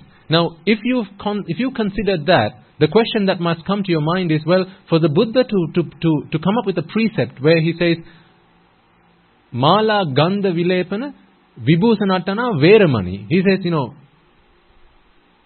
remove yourself from that. Why does he then expect you to go and offer incense to him? That's also Gandha. Have you not seen people who light incense and then, do, I don't know what you call it, make an offering to the Buddha, like, put it on some kind of stand and then hold the smoke around his body like you do at the Deval, at the Kovil? Offering the smell to the Buddha. When the Buddha says, Mala Gandha Veramani, pointless. For someone who seeks no happiness through smell, for someone as the Buddha who realizes, who understands fully that there is no happiness to be sought in sights or smells, what is the point in us offering the smell of an incense to the Buddha? Ever considered? Well, it's time to think then. And even actually, something I used to, I noticed, I think the last 5 or so years, people have now come up with mixed incense. Those days used to be the same fragrance throughout, but now it's mixed. Now you have different smells. They think they're offering the Buddha. Who are you really trying to please by lighting incense? Again, by the way, I'm not saying don't light incense at home or anywhere, okay? Please, this is only for intelligent, wise people. If you're not intelligent and wise, don't listen to this. So if you're listening to this, then I will assume that you're intelligent and you're wise. Is that a fair assumption? Okay, you're saying so. I asked the question. Okay? Right. Because I don't want to take any liberties here. I asked the question. You said yes, so I shall continue. People now mix incense and they make these offerings. Again, offering smell to the Buddha. When the Buddha says, Mala Gandha Veramani Sikkhapadang Samadhiyami. So we've got to think. Really what we should be doing is reflecting on how is it that an incense stick helps me to progress on this noble path. What is the profundity of this teaching? What is the profoundness of this act that I'm doing? So let's think about that. When you light an incense, as we know, this incense spreads a nice sweet fragrance. This incense is really having a dialogue with you. The incense is asking you a question, a series of questions. And you are now required to answer this interview. It's an interview. So the incense asks you, hey mister, or miss, or madam, look at me. From the moment I was lit, I spread nothing but a nice sweet fragrance to all around me. There's no one that complains of the smell that comes from an incense stick. It's very sweet, it's very nice, it's very enjoyable. Are you like that? The words that flow freely out of your mouth, do people complain? Are they harsh words? Or are they words that people like to hear? When you speak, do people close their ears, or are they happy to listen to you speak? Are they always looking to see what else you might say? Or are people wishing that that's the last thing you're going to say? Are you like me? The incense stick asks you this question. Now it's time for you to answer. Are you one that has refrained yourself from the unwholesome deeds that happen through speech?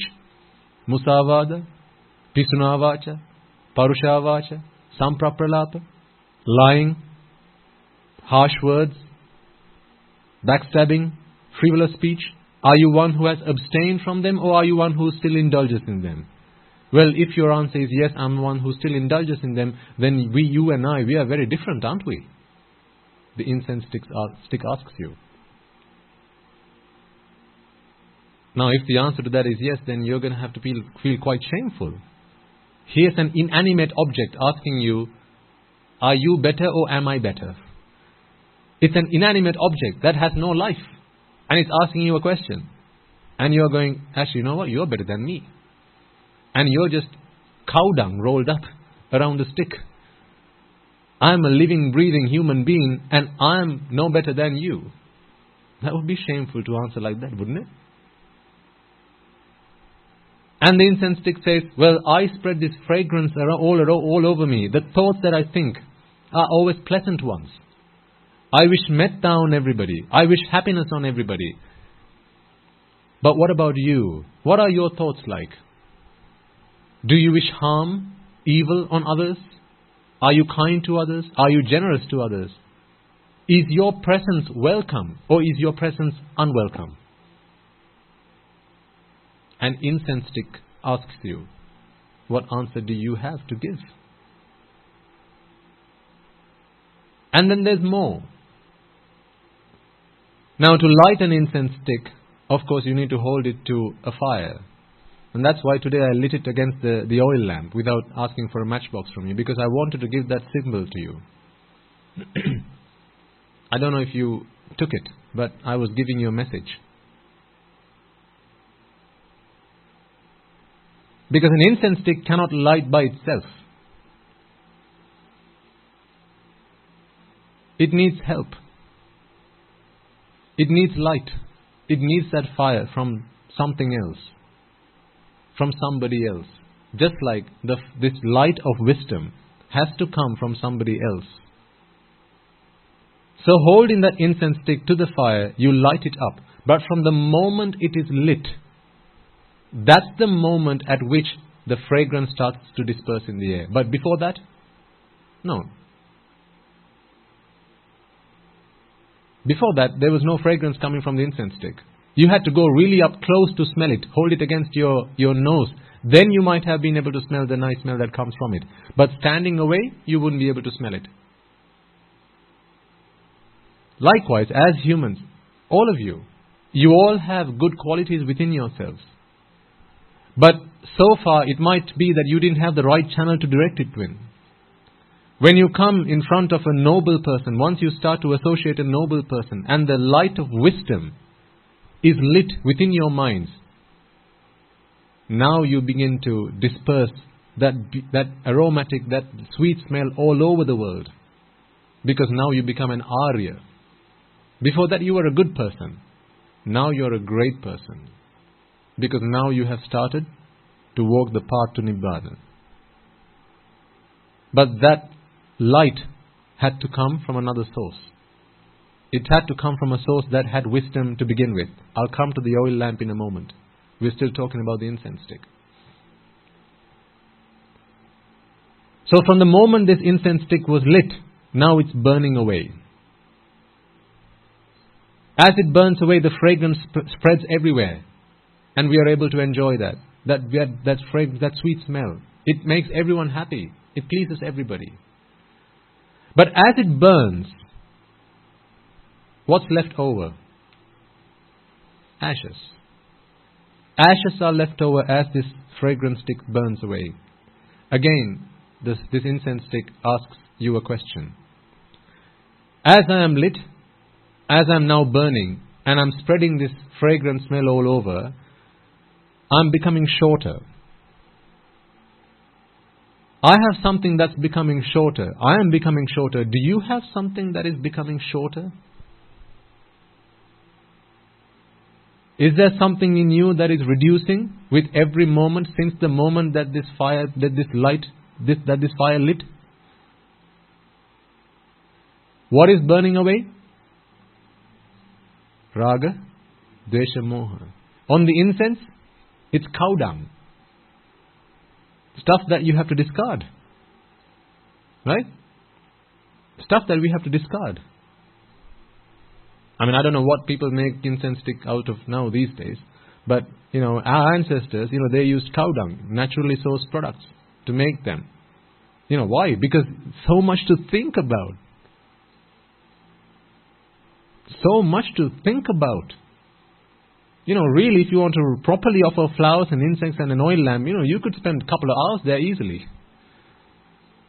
Just sitting down after you've done that and sit down and contemplate, what have I done right now? Am I like that? Because in the Buddha Shasana, everything is about pratipatti. That's why I think last week I explained to you pratipatti and amisa. In the Buddha Shasana, there is no amisa. It's all pratipatti. This is all what we do. It's practice. So the incense stick says, since this fire was lit, I am burning away. Is there something you're burning away? And you better had say, it's raga, dvesha, moha. If you can say that, then great. And then the incense stick says, then we are similar, aren't we? But if you say, not really, then we are not very much same, are we? We're quite different, aren't we? Again, an inanimate object is better than you. What a pity. And what's left over is the ashes. These are the defilements that you shed away. These are the defilements that you shed away, never to come back. Because the moment you become a Sotapanna, that's the moment when that incense stick is lit, that's the moment you become an Arya. 3 of the Dasa Sanyojana, Sakkaya Ditti, Vichikicca, Silabbata Paramasa, goes away, never to come back again. Like the ashes that have burnt away, never to come back. Can you put the ashes together and make another incense stick out of it? No. Keep burning. Kamaraga, Vyapada, Patika goes away. At the stage you become an Anagami. And then again the incense stick asks you, well, I recognize that I'm giving this beautiful, this lovely fragrance to everybody and pleasing everybody around me, but I'm not here to stay. The purpose I went and lit myself was so that I could bring my stay to an end. How many people have really forgotten that? Lay as well as clergy. A lot of people, once they receive the Dhamma, potentially not people who have become noble ones, then their purpose in life becomes to spread the Dhamma. But they take very little from it. Oh, what a pity. These are the people that the Buddha used to refer to as Tucca. Tucca Potila being an example. Their life's ambition then becomes to spread the Dhamma, not taking much for themselves. That was not why the Buddha gave his teaching. It was for self-liberation before the liberation of others. So this is where the incense stick says, look at me.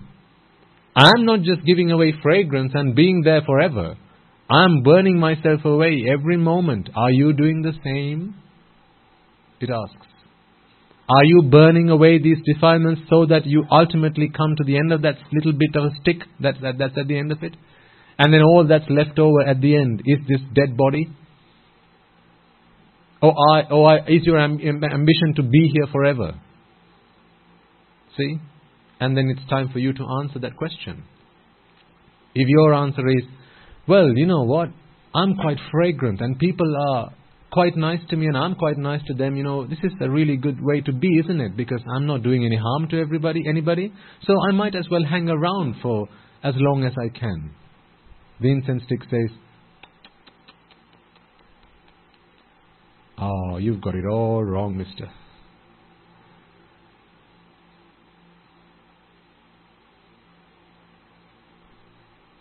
Now, how much time can you spend in front of an incense stick? All that to think about, all that to contemplate on. Then let's move on to the oil lamp. Because when offering flowers, ladies and gentlemen, through that process, through that activity, you recognize the importance of sila, having virtue within you. Because this is about recognizing that this karma world is pointless, useless, essenceless, meaningless. It's not there for my benefit. It's simply there to fulfill a purpose. All of these are rewards that I am able to reap because of merit I've done in the past. But I should not be foolish to think that, oh, look at me, I'm so beautiful, I might as well make the most of it. Because when people fall into that frame of mind, what do? They begin to abuse their own beauty. Abuse themselves and abuse others. Just think for yourselves how much people use beauty to prepare a trap for other people. Using the beauty that you have been gifted as a reward for merit you've done in the past and for nothing else, just so you can relieve yourself from suffering easier. How many people use that as an arm against other people? To lure other people into traps? To ignite the fires of desire in other people? People don't recognize. They don't realize how much demerit they acquire by doing that. Just think for a moment whether it could be a Swamin Wahanse, it could be a yogi, a recluse, an ascetic, who has sought solitude from the world, and he spends his time trying to fight with these defilements in his mind, trying to conquer his mind and do away with raga, dvesha, moha. But someone comes along. I'll just use an example of a young lady comes along, and now she uses her assets, which she thinks they are, to lure this yogi, lure this Swamin Wahanse into a trap. Does that deliberately. I mean, of course, intention has to be there, otherwise it's not a bad deed. But if there is intention, look at me, Trump exposing themselves in inappropriate ways to lure the yogi, lure that Swamin Wahanse into a trap.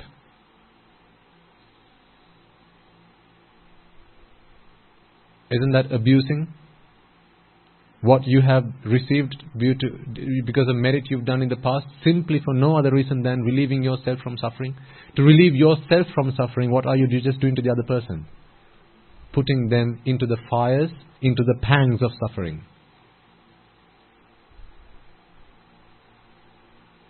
Where do you think that's going to lead them? People don't think. Especially, I think, a lot of young people have to listen to these sermons. At least what I just said there. Parents, show the reality of this to your children.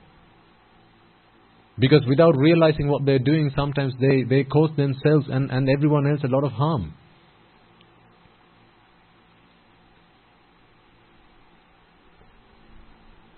The incense stick is upright. It's not bent.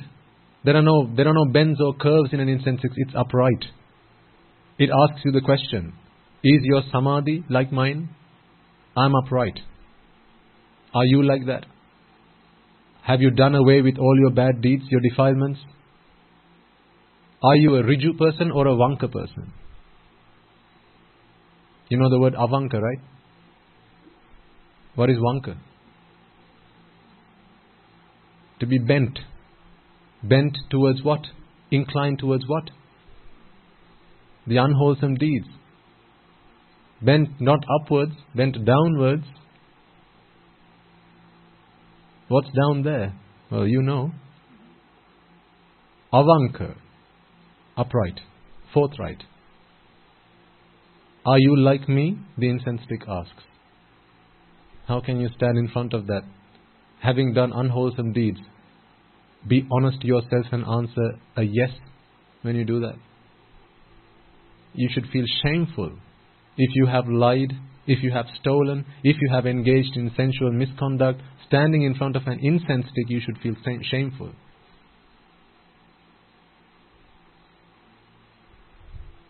Moving to the oil lamp.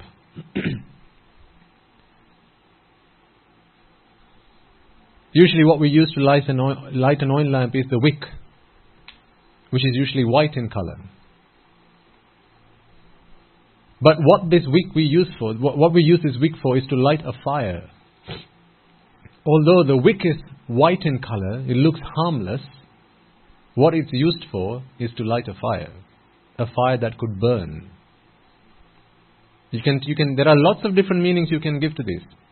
I'm just using one here. Then you can think of others.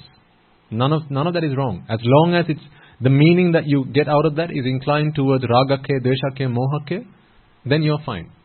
But if you look at an incense stick and go, oh, that's a lovely fragrance. I should be like an incense stick from now. So from now on, I'm going to get myself a really nice perfume and then apply that all over my body, and then wherever I go, I'm going to smell like an incense stick. Now that's not ragake, dveshake, mohake. So provided the meaning that you excerpt from these are to do with Nibbana, you're fine. That's all we need to concern ourselves about. So while the wick is white in color, that can be deceiving. It would be foolish to think that a wick is harmless. Because what is the wick used for? To light a fire that can burn and destroy, bring destruction. But the thing is, the wick doesn't do that by itself. You need oil, and you need the oxygen that's in the air. Now, when did an oil lamp burn out because there wasn't any more air to burn? Ever happened? No, there's plenty of air. There's always air. There's plenty of air around us. Well, of course, you could put it into an airtight box and then, that's a different story. But we're just talking about under normal circumstances. Unless there's a wind, under normal circumstances, provided there's air, the wick's going to keep burning. So the air around us are like these thoughts that come into our minds. Thoughts that come from everywhere. Thoughts that are the results of deeds that we've done in the past. What brings a sight in front of your eyes? A kamma or vipaka? Vipaka. This is a result of a deed you've done in the past. What brings a sound to your ear? Kamma or vipaka? That's vipaka. Of a kamma that was done in the past. It could have been just a moment before. And past doesn't necessarily mean previous births. Could have been the moment before. Likewise, what brings a thought to your mind? Kamma or vipaka? Vipaka. Manancha dhammecha, chakkuncha rupecha, sotanta sabbecha, and so on and so forth. To all these faculties, these outside rupa, shabda, gandha, rasa, sparsha, dhamma, they come to us as vipaka of deeds that were done in the past. So that's like the air, there's plenty of it. But this wick that's in the oil lamp is like the chitta that has avidya. So in fact, the wick is the mind. That is clean to begin with. The mind is free of defilements. At its root, the mind is free of defilements. But through avidya and tanha, this mind gets wetted. It gets wet with avidya and tanha, ignorance and attachment. And now what happens is when those thought objects come from the outside world, sights, sounds, smells, tastes, what ignites there? The fires of raga, dvesha and moha. The mind is clean for all of us.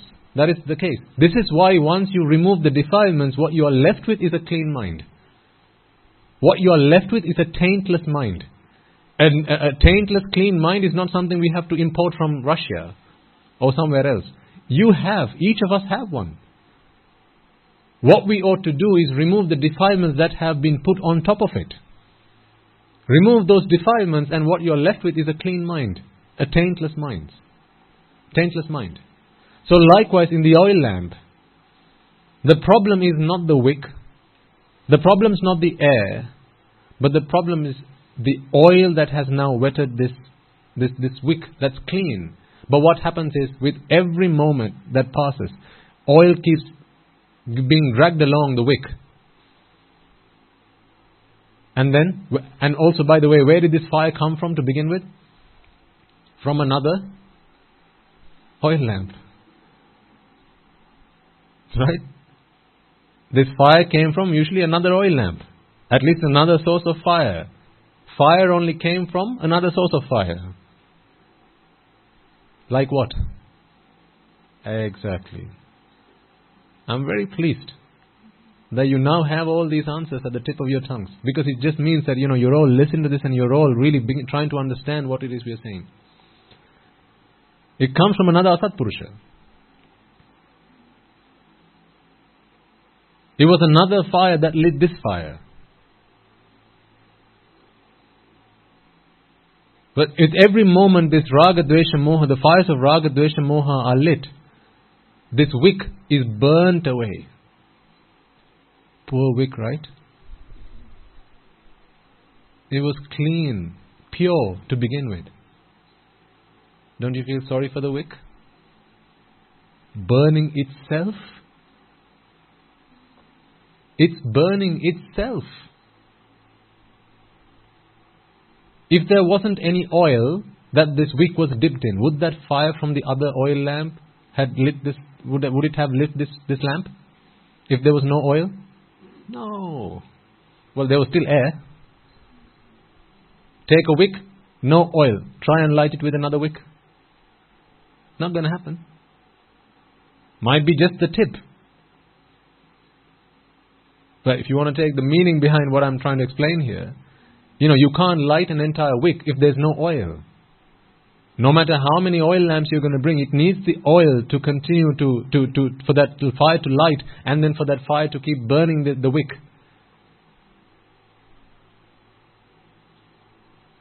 So this is the contemplation that you can do when you light this oil lamp. As you light that lamp, you can think to yourself, this is what Asatpurusha did to me. Association with immoral, ignoble people. This is what happened to me. This is your story. You're relating your story to the Buddha. Oh Lord Buddha, this is what happened to me. Light a fire, hold it to the oil lamp. In your mind you're saying to the Buddha, Lord Buddha, I seek refuge in you because this is what happened to me. I need your help to put out this fire.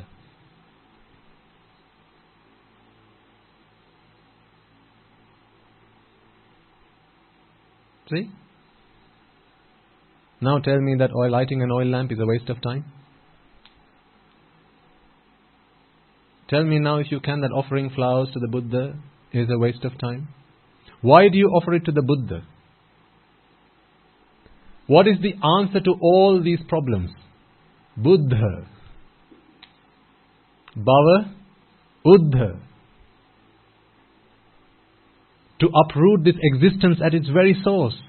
That is the answer to all these problems. So you take your problem to one who has the answer. Well, who else are you going to take this problem to? You have to go to the doctor. Who else are you going to take this problem to?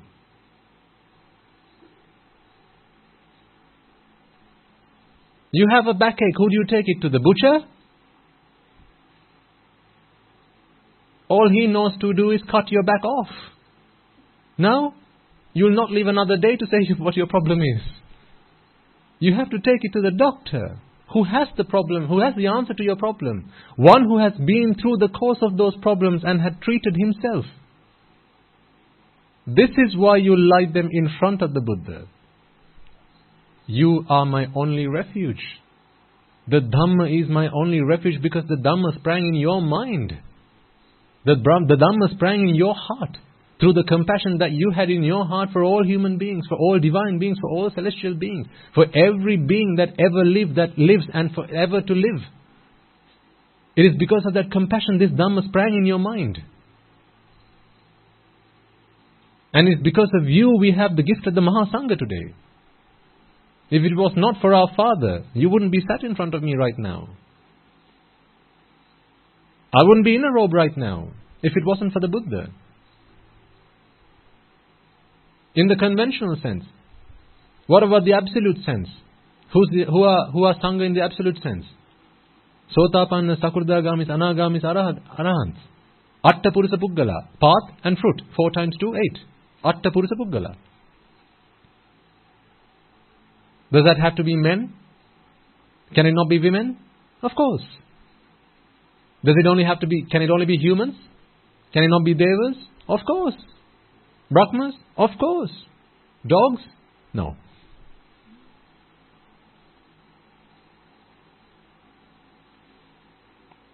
For as long as this seed of the Four Noble Truths has been planted in your hearts and in your minds, never to be uprooted again, you are a member of the Mahasangha. It doesn't matter whether you're in lay clothes or you're in robes, in the absolute sense. Now don't expect everyone to come and worship at your feet. Don't expect everyone to give you a free meal every day. For that you have to come to the conventional Sangha. You have to go forth, come into robes.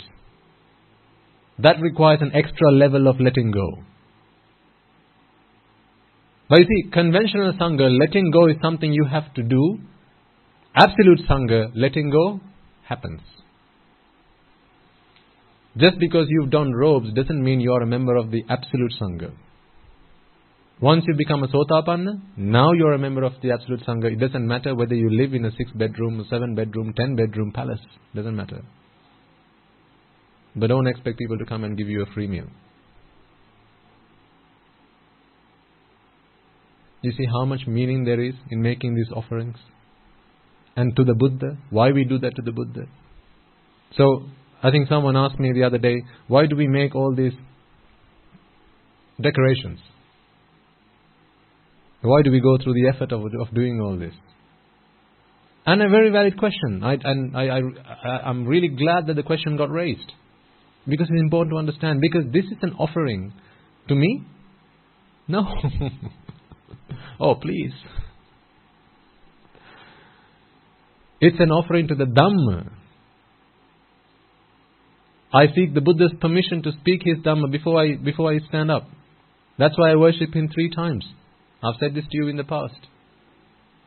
My first worship is to his infinite wisdom, to his infinite virtue, his infinite concentration and his infinite wisdom. Sila Samadhi Prajna is infinite, beyond compare, beyond my wildest imagination. I cannot begin to compare or comprehend the limit of that.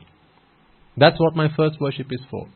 My second is to seek his permission, because he is the master, he is the proprietor. Like I said at the start, I am just the vehicle. I am not the master of the Dhamma, he is the master. So I seek his permission to speak the Dhamma after I sit on this seat. And then my third veneration is, I make a firm resolve that through the course of this sermon, may you all be able to understand this Dhamma. May you all who are like parents to me. It's because of you today I'm not hungry. It's because of you I'm clad in a robe. I didn't earn this for myself. You gave this in charity. It's because of you I'm in a shelter today. It's because of you I'm speaking to a microphone. Otherwise I'd have to shout my guts out for you all to be able to hear this. It's because of you. It's because of you when I'm ill, I have medicine. I have treatment. I don't make a living today to go and treat myself. You are there. Just like my parents were there for me throughout 30 years of my life. Feeding me, caring for me, protecting me, clothing me, sheltering me. Through thick and thin, they were always there. Much the same way you're all here. That's my third veneration. I make a firm resolve. I make a wish. I make a prayer in front of the Buddha. May all my parents, you, mothers and fathers, be able to understand this Dhamma. Just like I promised my parents, I will redeem you from this samsara. When I left home. Now you are all my parents. That is my third veneration. So these flowers, these decorations are a mark for the Dhamma. It's the Dhamma that I preach once I sit on this seat. Doesn't matter who sat here. It could be a lay person, it could be clergy. Doesn't matter. It's the Dhamma that we begin to preach. So this mark of respect is to the Dhamma. Again, why? Because it's the Dhamma that's the key to our liberation. It's the Dhamma that's the key to our emancipation. The Buddha showed us where the key was. We picked it up. Now Dhareta, we have the key. The Buddha showed us. Sunata, listen, look, there's the key. Now pick it up. I picked it up. Now Dhareta. Then unlock. That you have to do yourself. The Buddha is not going to come and snatch the key out of your hand and unlock it for you. He did it himself and then he walked the path. Now he's gone. But he left behind instructions on 57 books worth of instruction. Whole 57 volumes of instruction. Every tiny bit of detail, whether you have to go left 10 degrees or 11 degrees. To that detail, level of detail he described. This is where you will find the key. Once you pick it up, now unlock the door. That you have to do yourself. Seeking help of others who are trying to do it for themselves. And that is the Mahasangha.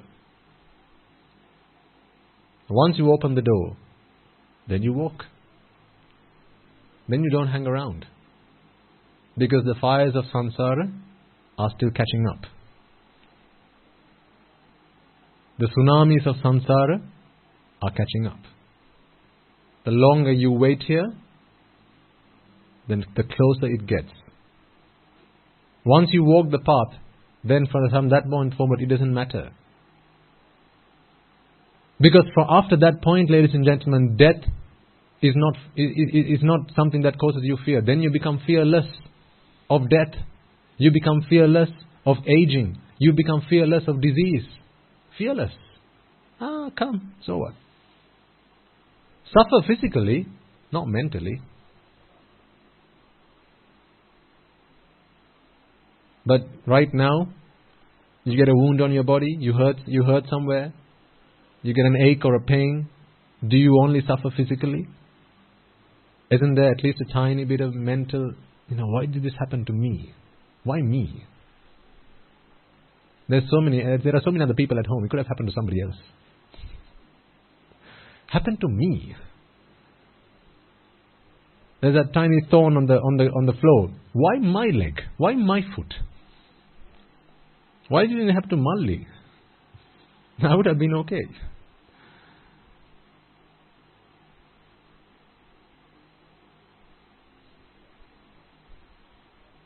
That's why Buddhang Saranang Gacchami. Because if we don't stop this circle of samsara, then forever we'll be burnt in the fires of samsara. Forever. Forever you'll be treating the symptoms of cough. Forever you'll be treating the symptoms of fever. Forever you'll be treating symptoms of rash. Symptoms of the disease to which you had no idea, no understanding, no treatment, no antibiotics. Natti me saranang anyang, that's why. Buddho me saranang varang. Natti me saranang anyang, that's why. Dhammo me saranang varang. Natti me saranang anyang. No one else is there for my refuge. Only the Buddha, Dhamma and the Sangha. For any being, human, divine, celestial, whatever, any being, even in the great health, for all sentient beings, there's only one way to put a stop to all suffering. For that, they have to go to a Buddha or a disciple of the Buddha. Nobody else. Everyone else will teach you how to relieve yourself from suffering, but not bring it to a stop.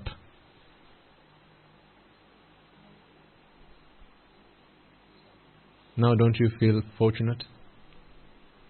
Don't you feel lucky? Don't you feel blessed?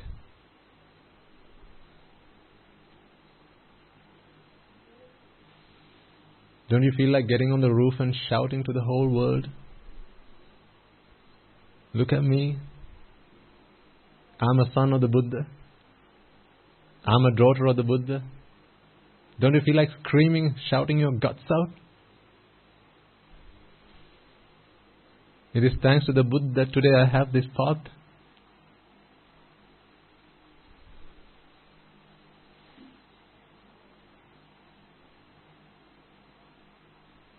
Every day that passes by, ladies and gentlemen, the more I begin to understand this Dhamma, the more respect, the more gratitude, the more veneration I begin to have in my heart and mind towards the Buddha. It grows day by day. 6 months ago, I thought I understood the Buddha. I thought I knew who the Buddha was. Little did I know. Only today I realized I didn't know him one tiny bit. I'm going to say the same thing again in another 6 months' time. Even the great elder Sariputta, who had utmost wisdom in the Buddha's Shasana, second to the Buddha, even the great Sariputta knew only about 40% of who the Buddha was. 40%. The great Sariputta, only about 40%, if not less.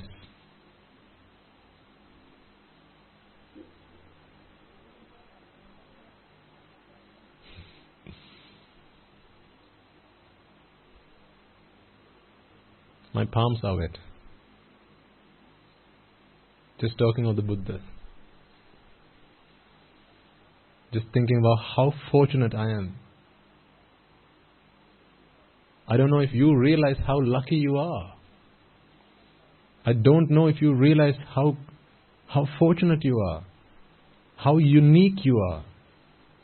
There are 800 billion people in this world, ladies and gentlemen. 800 billion.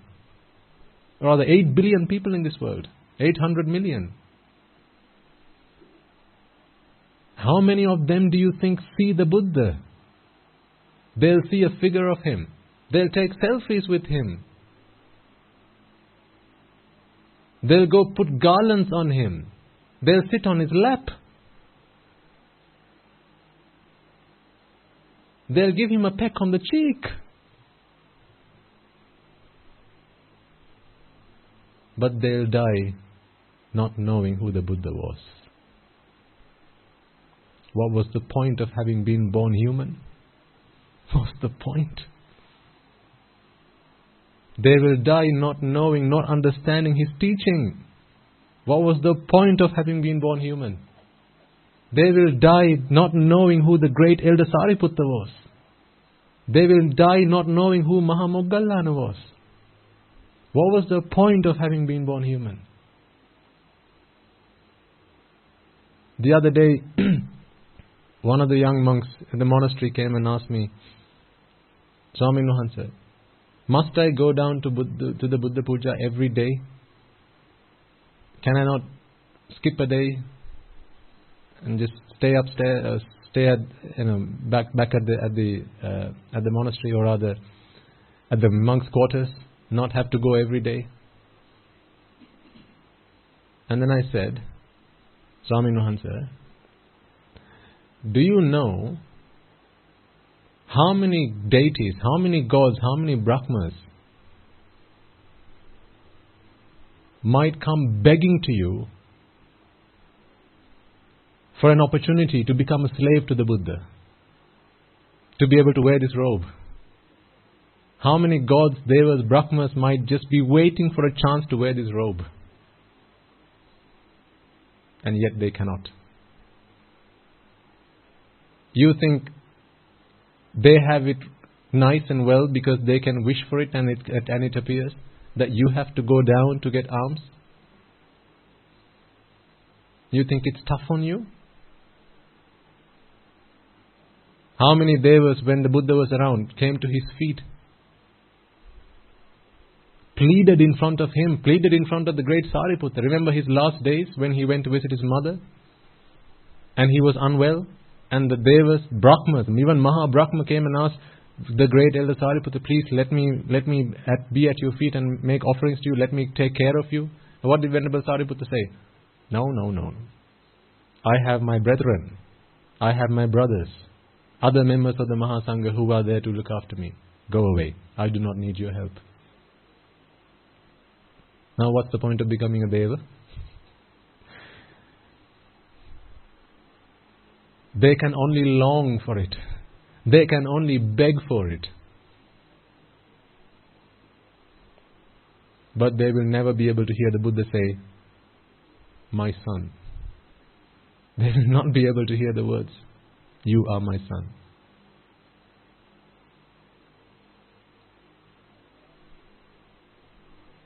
How fortunate do you think you are? How lucky do you think you are? How privileged do you think you are? You are very special people. 8 billion people in this world. Only a tiny, tiny, tiny fraction will die knowing who the Buddha was. Who the Buddha is. Not was. Buddha is. People will die knowing who the Buddha was. They won't know who the Buddha is. Only a tiny fraction. You are so fortunate, ladies and gentlemen. You are so privileged. I don't know if you realize how fortunate you are. If only you could read my mind right now. I'm showering flowers at you. Can you see me?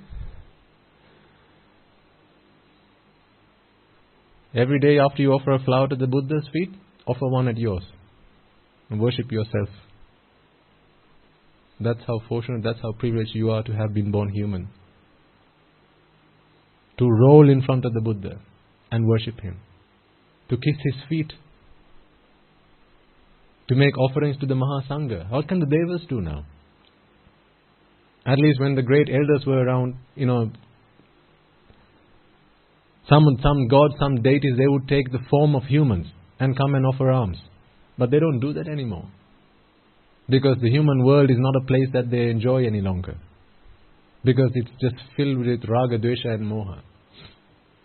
But you have the chance to do that.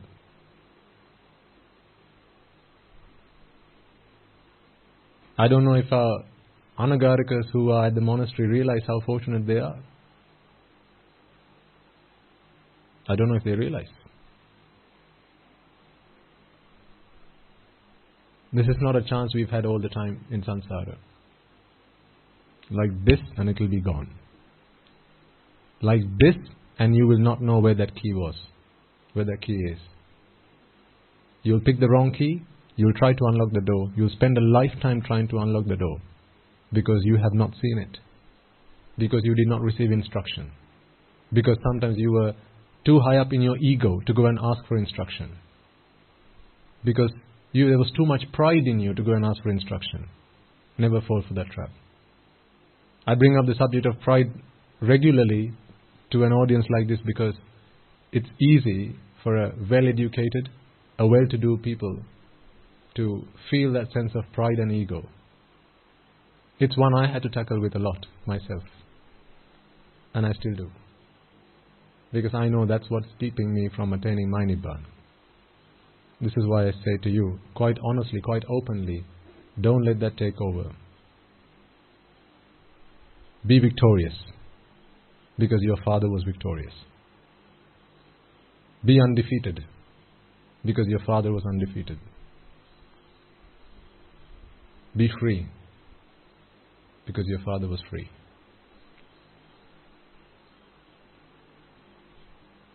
Okay.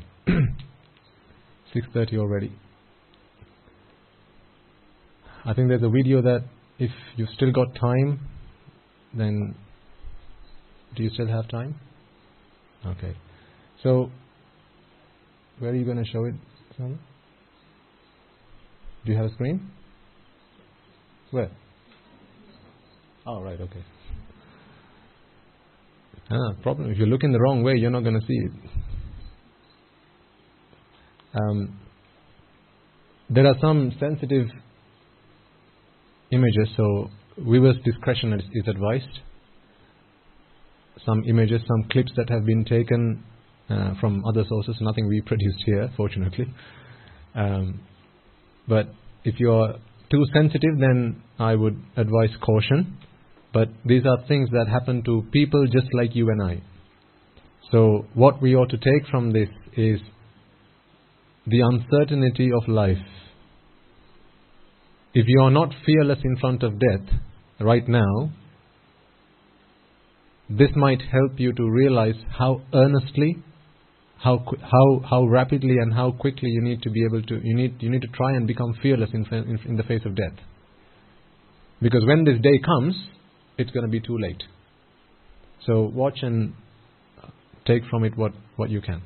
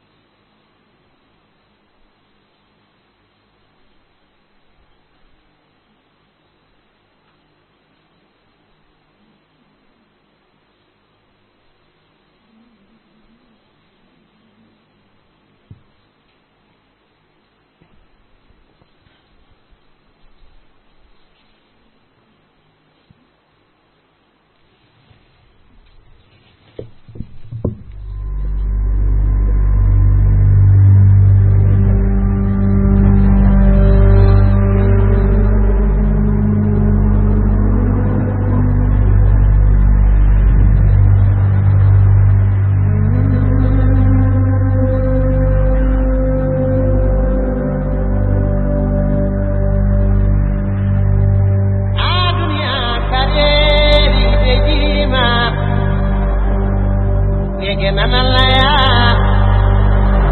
gurnam koy sate dunia biya ganam me balade yonti balade yonti ilanim sayyata ki jang adiya bi koy bi toti balal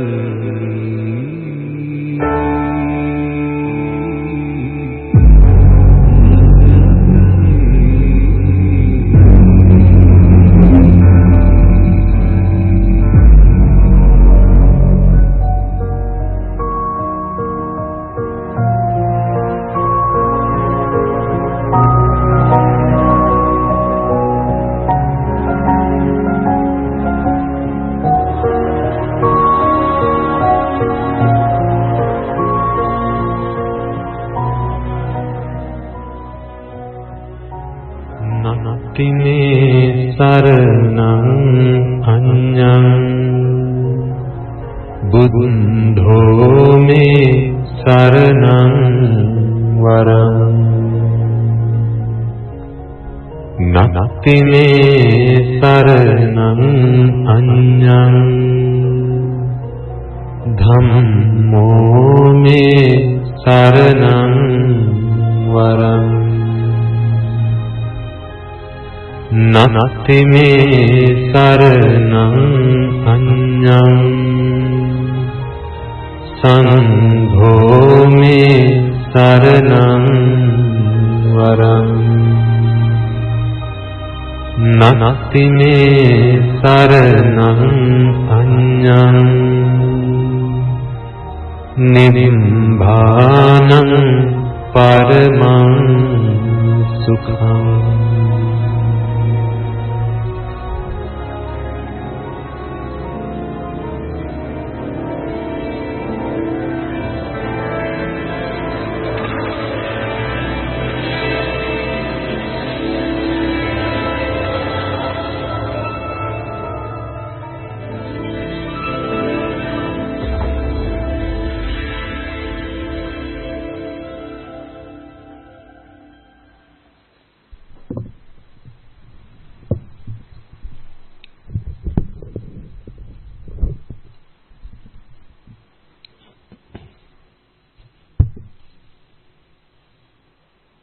So what do you think?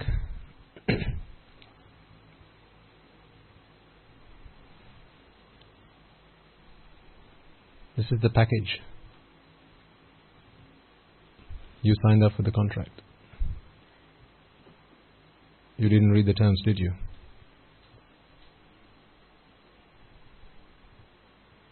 Did any of those people, before the event happened, think that that would happen to them?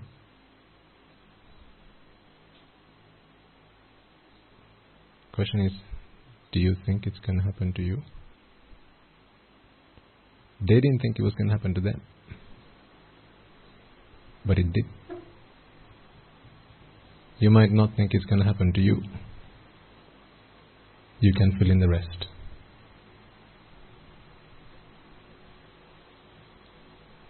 This is the package. You didn't ask for that. They didn't ask for that. They wanted a world of enjoyment, pleasure, sensuality, sights and sounds and smells and tastes and touch. Oh, this world's full of it. Let me get myself eyes and ears and nose and tongue and a body so I can enjoy this world. That's what they asked for, just as much as that's what you asked for. This is what they got. You can fill in the rest. Yesterday after this video was shown, Guru Swami Mahanse said something that really touched me. He asked, what do you think is your biggest problem? All those people who, before they left home, before they got in their car, before they went out, they would have all had problems. How do I put my child to a school? How do I make myself a child?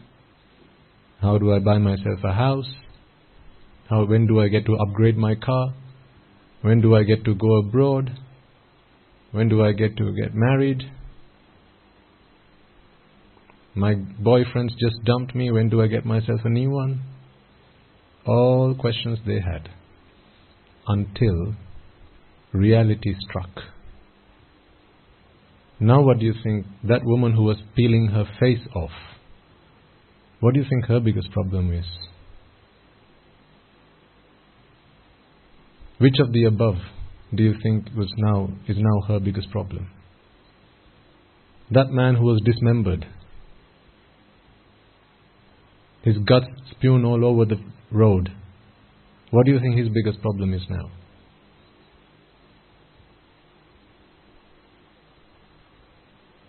He didn't think it was going to happen to him. She didn't think it was going to happen to her. You don't think it's going to happen to you. Tell me what difference is there between he and you? Between she and you? Isn't yours a body just like theirs? This is the package. He finally said, Guru Swaminathan finally said, when you get home, he gave you all a piece of homework, didn't he? He said, write an essay. If that was me, how would I be feeling right now? Put yourself in their shoes and write a speech. Write an essay. I've just got myself into an accident. I've just regained consciousness. I can hear sirens blazing. Oh, that must be the police. That must be the fire ambulance. I know something happened. But wait, I can feel something hanging on my head. What might it be? Let me get my hand and see what it feels like. Oh, it's my face. It's come off. What is this? I feel like a bowl in my hand. Oh, it's one of my eyes. And that's why I can see left and down, not right.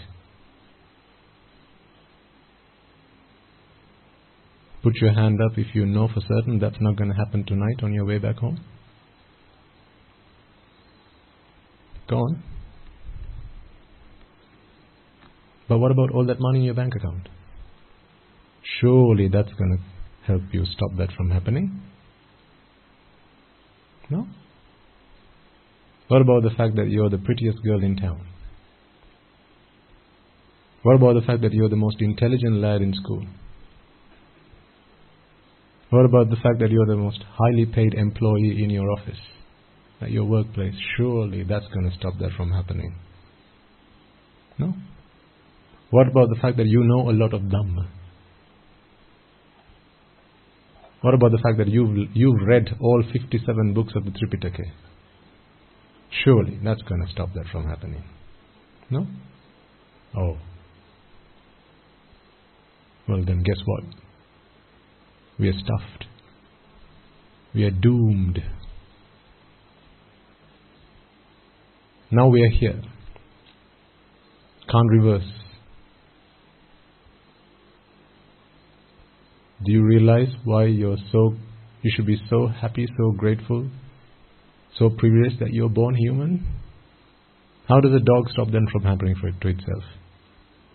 In this birth you can't help it, but you can make this the last time.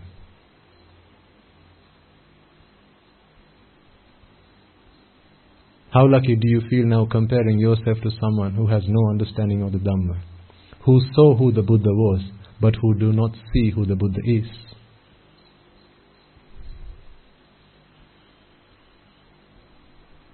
Now how do you feel? Because you can make this the last time.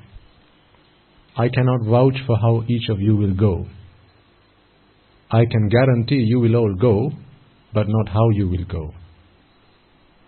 Make sure you give yourself a guarantee that wherever, whenever, however, whenever and however you go, you shall not come back.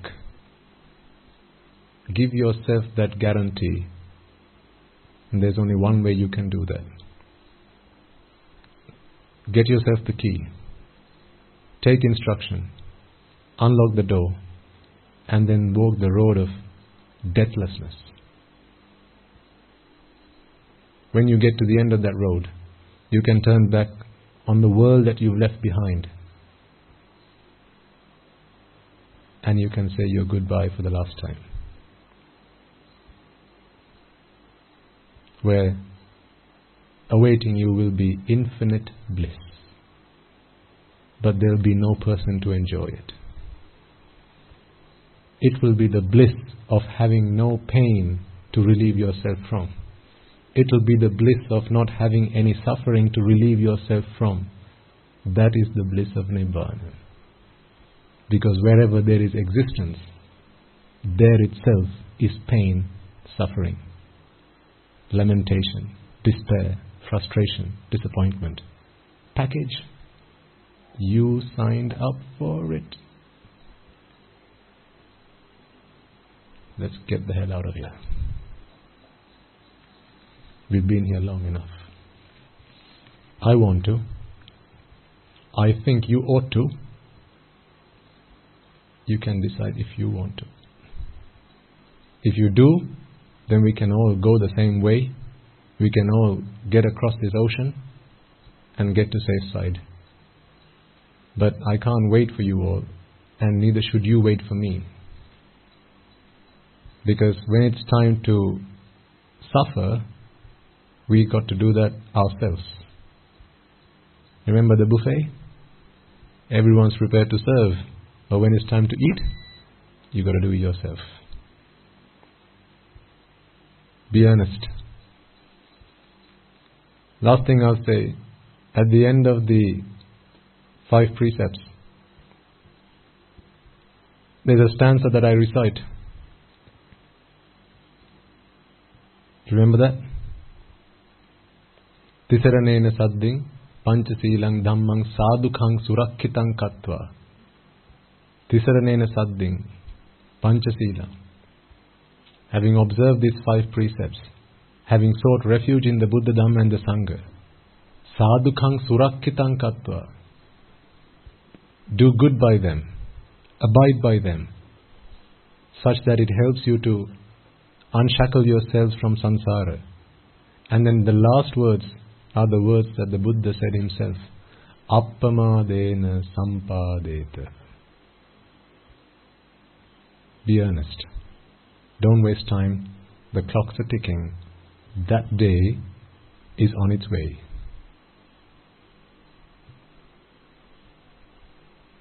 Not if, when.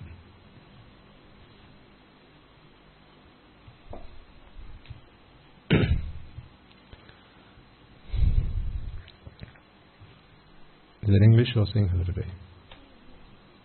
I think last week we recited in English. Sinhala? Okay.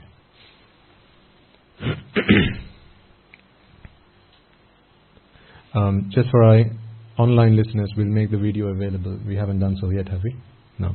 So we'll make it available to you so you can watch it and put what I just said after that into context. Okay. Mamada siyalu loka siyalu satmayo sansar dahayen midetva sansar rogayen midetva sansar bhayen midetva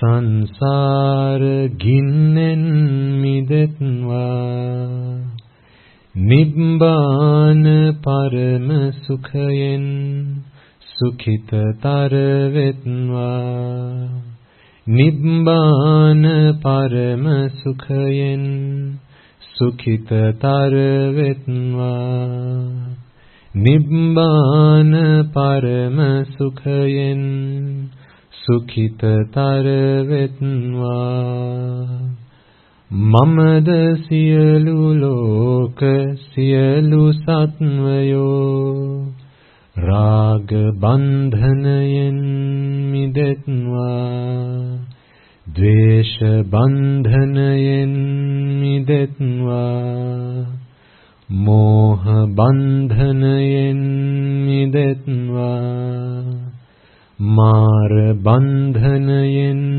midetva Nibbana parama sukhayen sukhitatar vetva Nibbana parama sukhayen sukhitatar vetva Nibbana parama sukhayen sukhitatar vetva Mamada siyalu loka siyalu satmayo jati ginnen midetva jara ginnen midetva vyadhi ginnen midetva මරණ ගින්නෙන් මිදෙත්වා නිබ්බාන පරම සුඛයෙන් සුඛිතතර වෙත්වා නිබ්බාන පරම සුඛයෙන් සුඛිතතර වෙත්වා නිබ්බාන පරම සුඛයෙන් සුඛිතතර වෙත්වා මමද සියලු ලෝක සියලු සත්වයෝ ශෝක ගින්නෙන් මිදෙත්වා පරිදේවයෙන් මිදෙත්වා දුක්ඛ ගින්නෙන් මිදෙත්වා දෝමනස්සයෙන් මිදෙත්වා උපායාසයෙන් මිදෙත්වා යම් පිච්ඡං ලබති තම්පි දුක්ඛයෙන් මිදෙත්වා සංකිට්ඨේන පංචෝපාදානස්කන්ධයෙන් මිදෙත්වා නිබ්බාන පරම සුඛයෙන් සුඛිතතර වෙත්වා නිබ්බාන පරම සුඛයෙන් සුඛිතතර වෙත්වා කාම ලෝක අනාතයි එයින් මිදෙත්වා රූප ලෝක අනාතයි එයින් මිදෙත්වා අරූප ලෝක අනාතයි එයින් මිදෙත්වා සියලු ලෝක අනාතයි එයින් මිදෙත්වා අතහැරීම නාතයි අතහැරීම වෙත්වා නොඇල්ම නාතයි නොඇල්ම වෙත්වා මිදීම නාතයි මිදීම වෙත්වා නිවනම නාතයි නිවනම වෙත්වා නිවනම නාතයි නිවනම වෙත්වා නිවනම නාතයි නිවනම වෙත්වා නිවනම නාතයි නිවනම වෙත්වා නිවනම නාතයි නිවනම වෙත්වා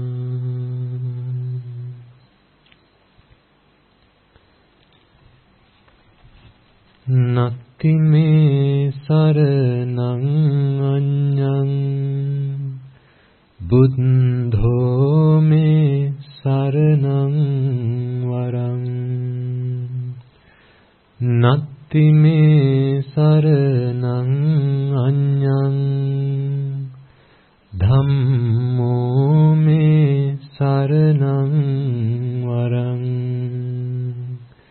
නත්ති මේ සරණං අඤ්ඤං සංඝෝ මේ සරණං වරං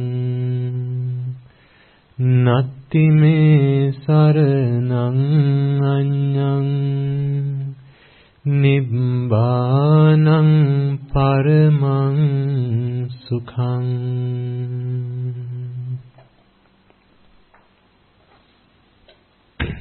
Okay.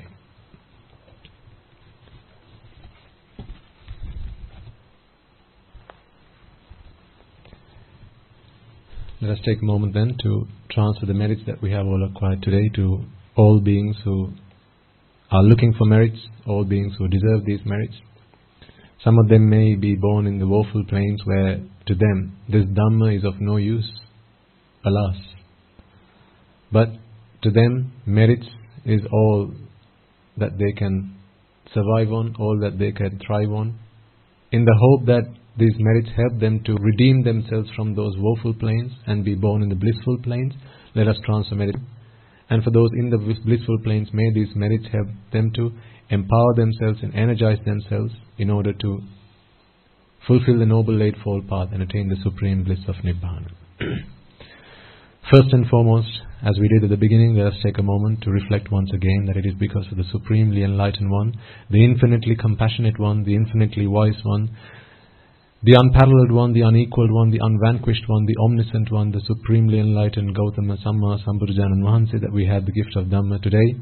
It is because of His infinite sacrifice through many millions of eons in samsara that we have this gift of Dhamma today.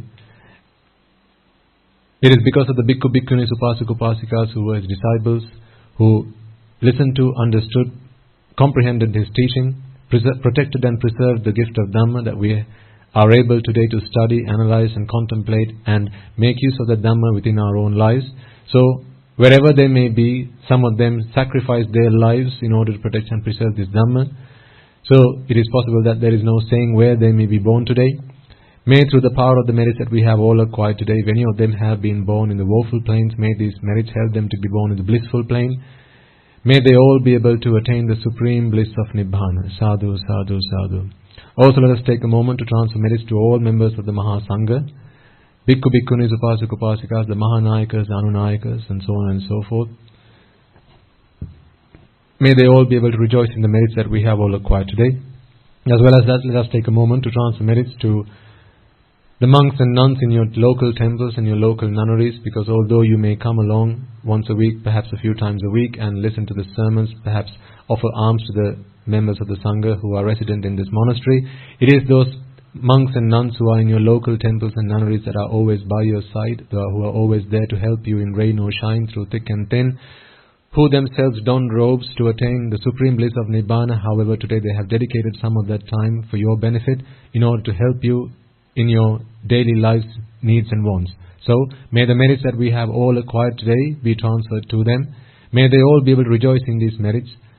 If in the past any of them have been born in the woeful planes, may these merits help them to be born in the blissful plane.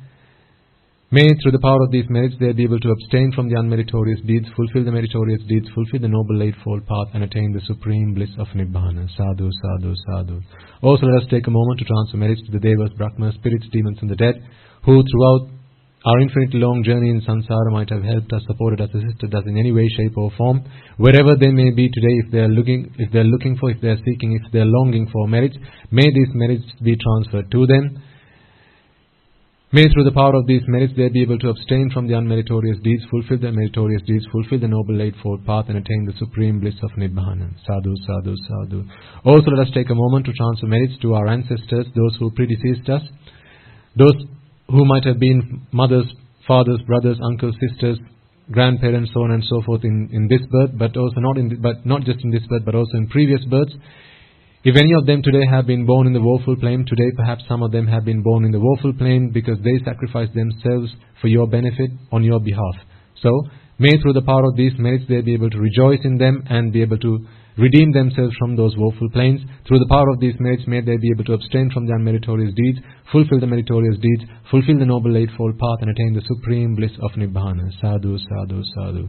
Also let us take a moment to transfer merits to your parents in this birth, your mother, your father, who went through so much to bring you up, who fed you, clothed you, dressed you, gave you shelter and were there for you through rain and shine, through thick and thin.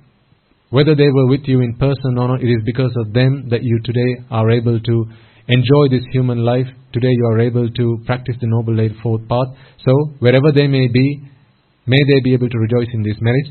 Also, pass on these merits to your teachers who from your very young ages were there to help you and guide you in your lives by showing you right from wrong, by teaching you the very basics of living life itself in society. It is thanks to them that today you have grown up and to become good, law-abiding citizens of this country. It is because of them that today you are able to stay away from trouble. So may they all be able to rejoice in these merits that we have all acquired today. For any of them who have been today born in the woeful planes, may these merits help them to be born in the blissful plane. For those beings on the blissful plane, may through the power of these merits, they be able to abstain from the unmeritorious deeds, fulfill the meritorious deeds, fulfill the noble eightfold path, and attain the supreme bliss of Nibbana. Sadhu, sadhu, sadhu. Also, let us take a moment to transfer merits to all those who were vital in organizing this sermon, who helped, assisted and supported in making this sermon possible and achievable. Those who might have prepared this venue, those who might have contributed in organizing this stage, in making these offerings to the Dhamma, in making these offerings to the Buddha, in making offerings to the Sangha, all in the hope that these contribute to your understanding, your comprehension of the Dhamma. May they all be able to rejoice in these merits. Also, anyone who might have invited you to be here today, those who might have offered you a glass of water, perhaps offered you a meal in order to sate your hunger, such that you are able to listen to this sermon comfortably and are able to practice the Noble Eightfold Path through the course of this sermon itself. May they all be able to rejoice in these merits. Also spare a moment for those and pass merits to those who might have redeemed you from your duties and responsibilities, such that they gave you the time, the leisure time to be present here today to listen to this sermon. It is thanks to them that today you are able to make use of this opportunity. Perhaps today they are back home looking after your children, or perhaps your parents, or perhaps your family, your loved ones, or perhaps they are looking after your ventures, your enterprises, your businesses, your workplace, so on and so forth. It is thanks to them that then today that you have this time to listen to this sermon and to practice the Noble Eightfold Path for your redemption. So let us take a moment to transfer these merits to them as well. Also let us take a moment to those who might have afforded you transport to be here today, perhaps in driving those vehicles or perhaps in making those vehicles available to you. May they all be able to rejoice in these merits.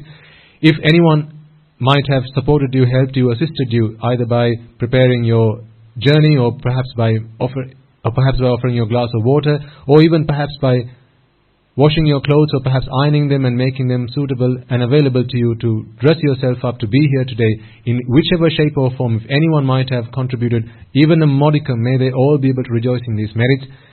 For those beings who were there in the past, who might have helped you, assisted you, supported you, may through the power of these merits, if any of them have been born in the woeful plane, be able to be born in the blissful plane. And for those beings who are today in the blissful plane, may through the power of these merits they be able to abstain from the unmeritorious deeds, fulfill the meritorious deeds, fulfill the Noble Eightfold Path, and attain the supreme bliss of Nibbana. Sadhu, sadhu, sadhu.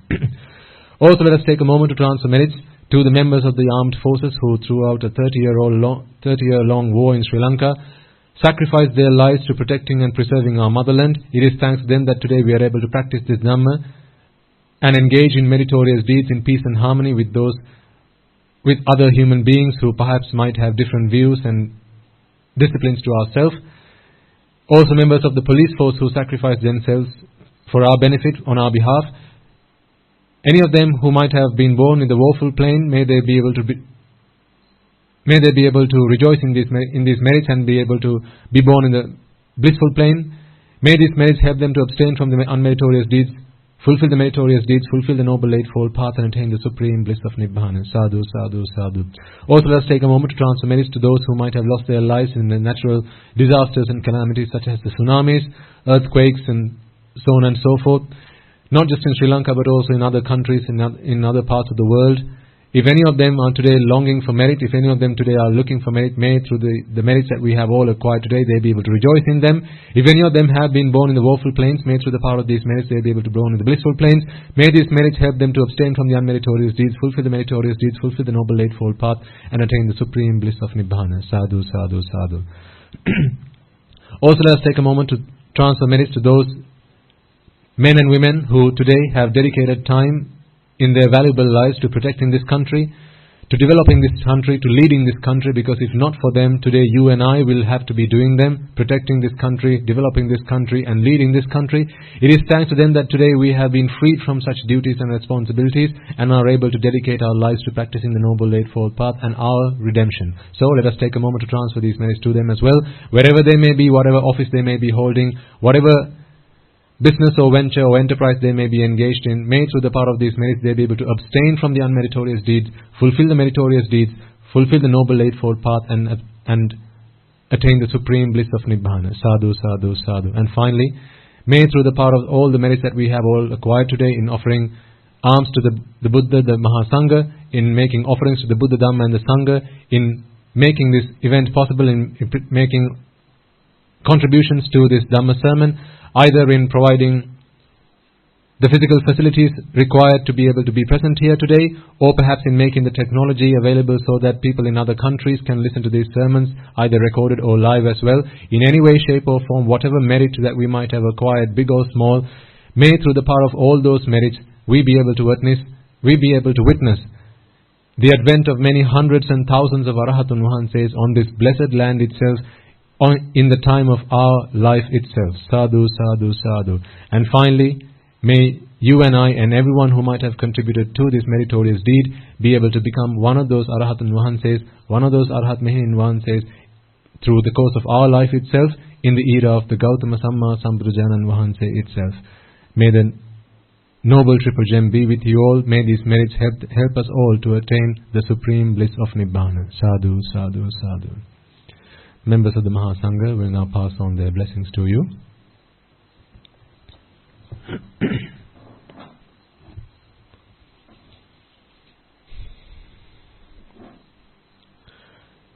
Raga ginnen midetva, Dvesha ginnen midetva, Moha ginnen midetva, Nibbana parama sukhayen sukhita taravetva,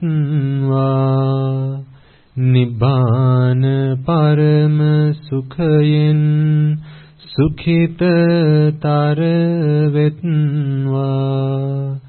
Mamada siyalu loka siyalu satvayo, Nibbana parama sukhayen sukhita taravetva, Nibbana parama sukhayen sukhita taravetva, Nibbana parama sukhayen sukhita taravetva. Tunuruwange suvisi ananta maha guna belen silu loka silu satyoma, Nibbana parama sukhayen sukhita taravetva. Sadhu, sadhu, sadhu. May I and all beings in all worlds be freed from the fires of desire, freed from the fires of aversion, freed from the fires of delusion. May all beings attain the supreme bliss of Nibbana. May the Noble Triple Gem be with you all.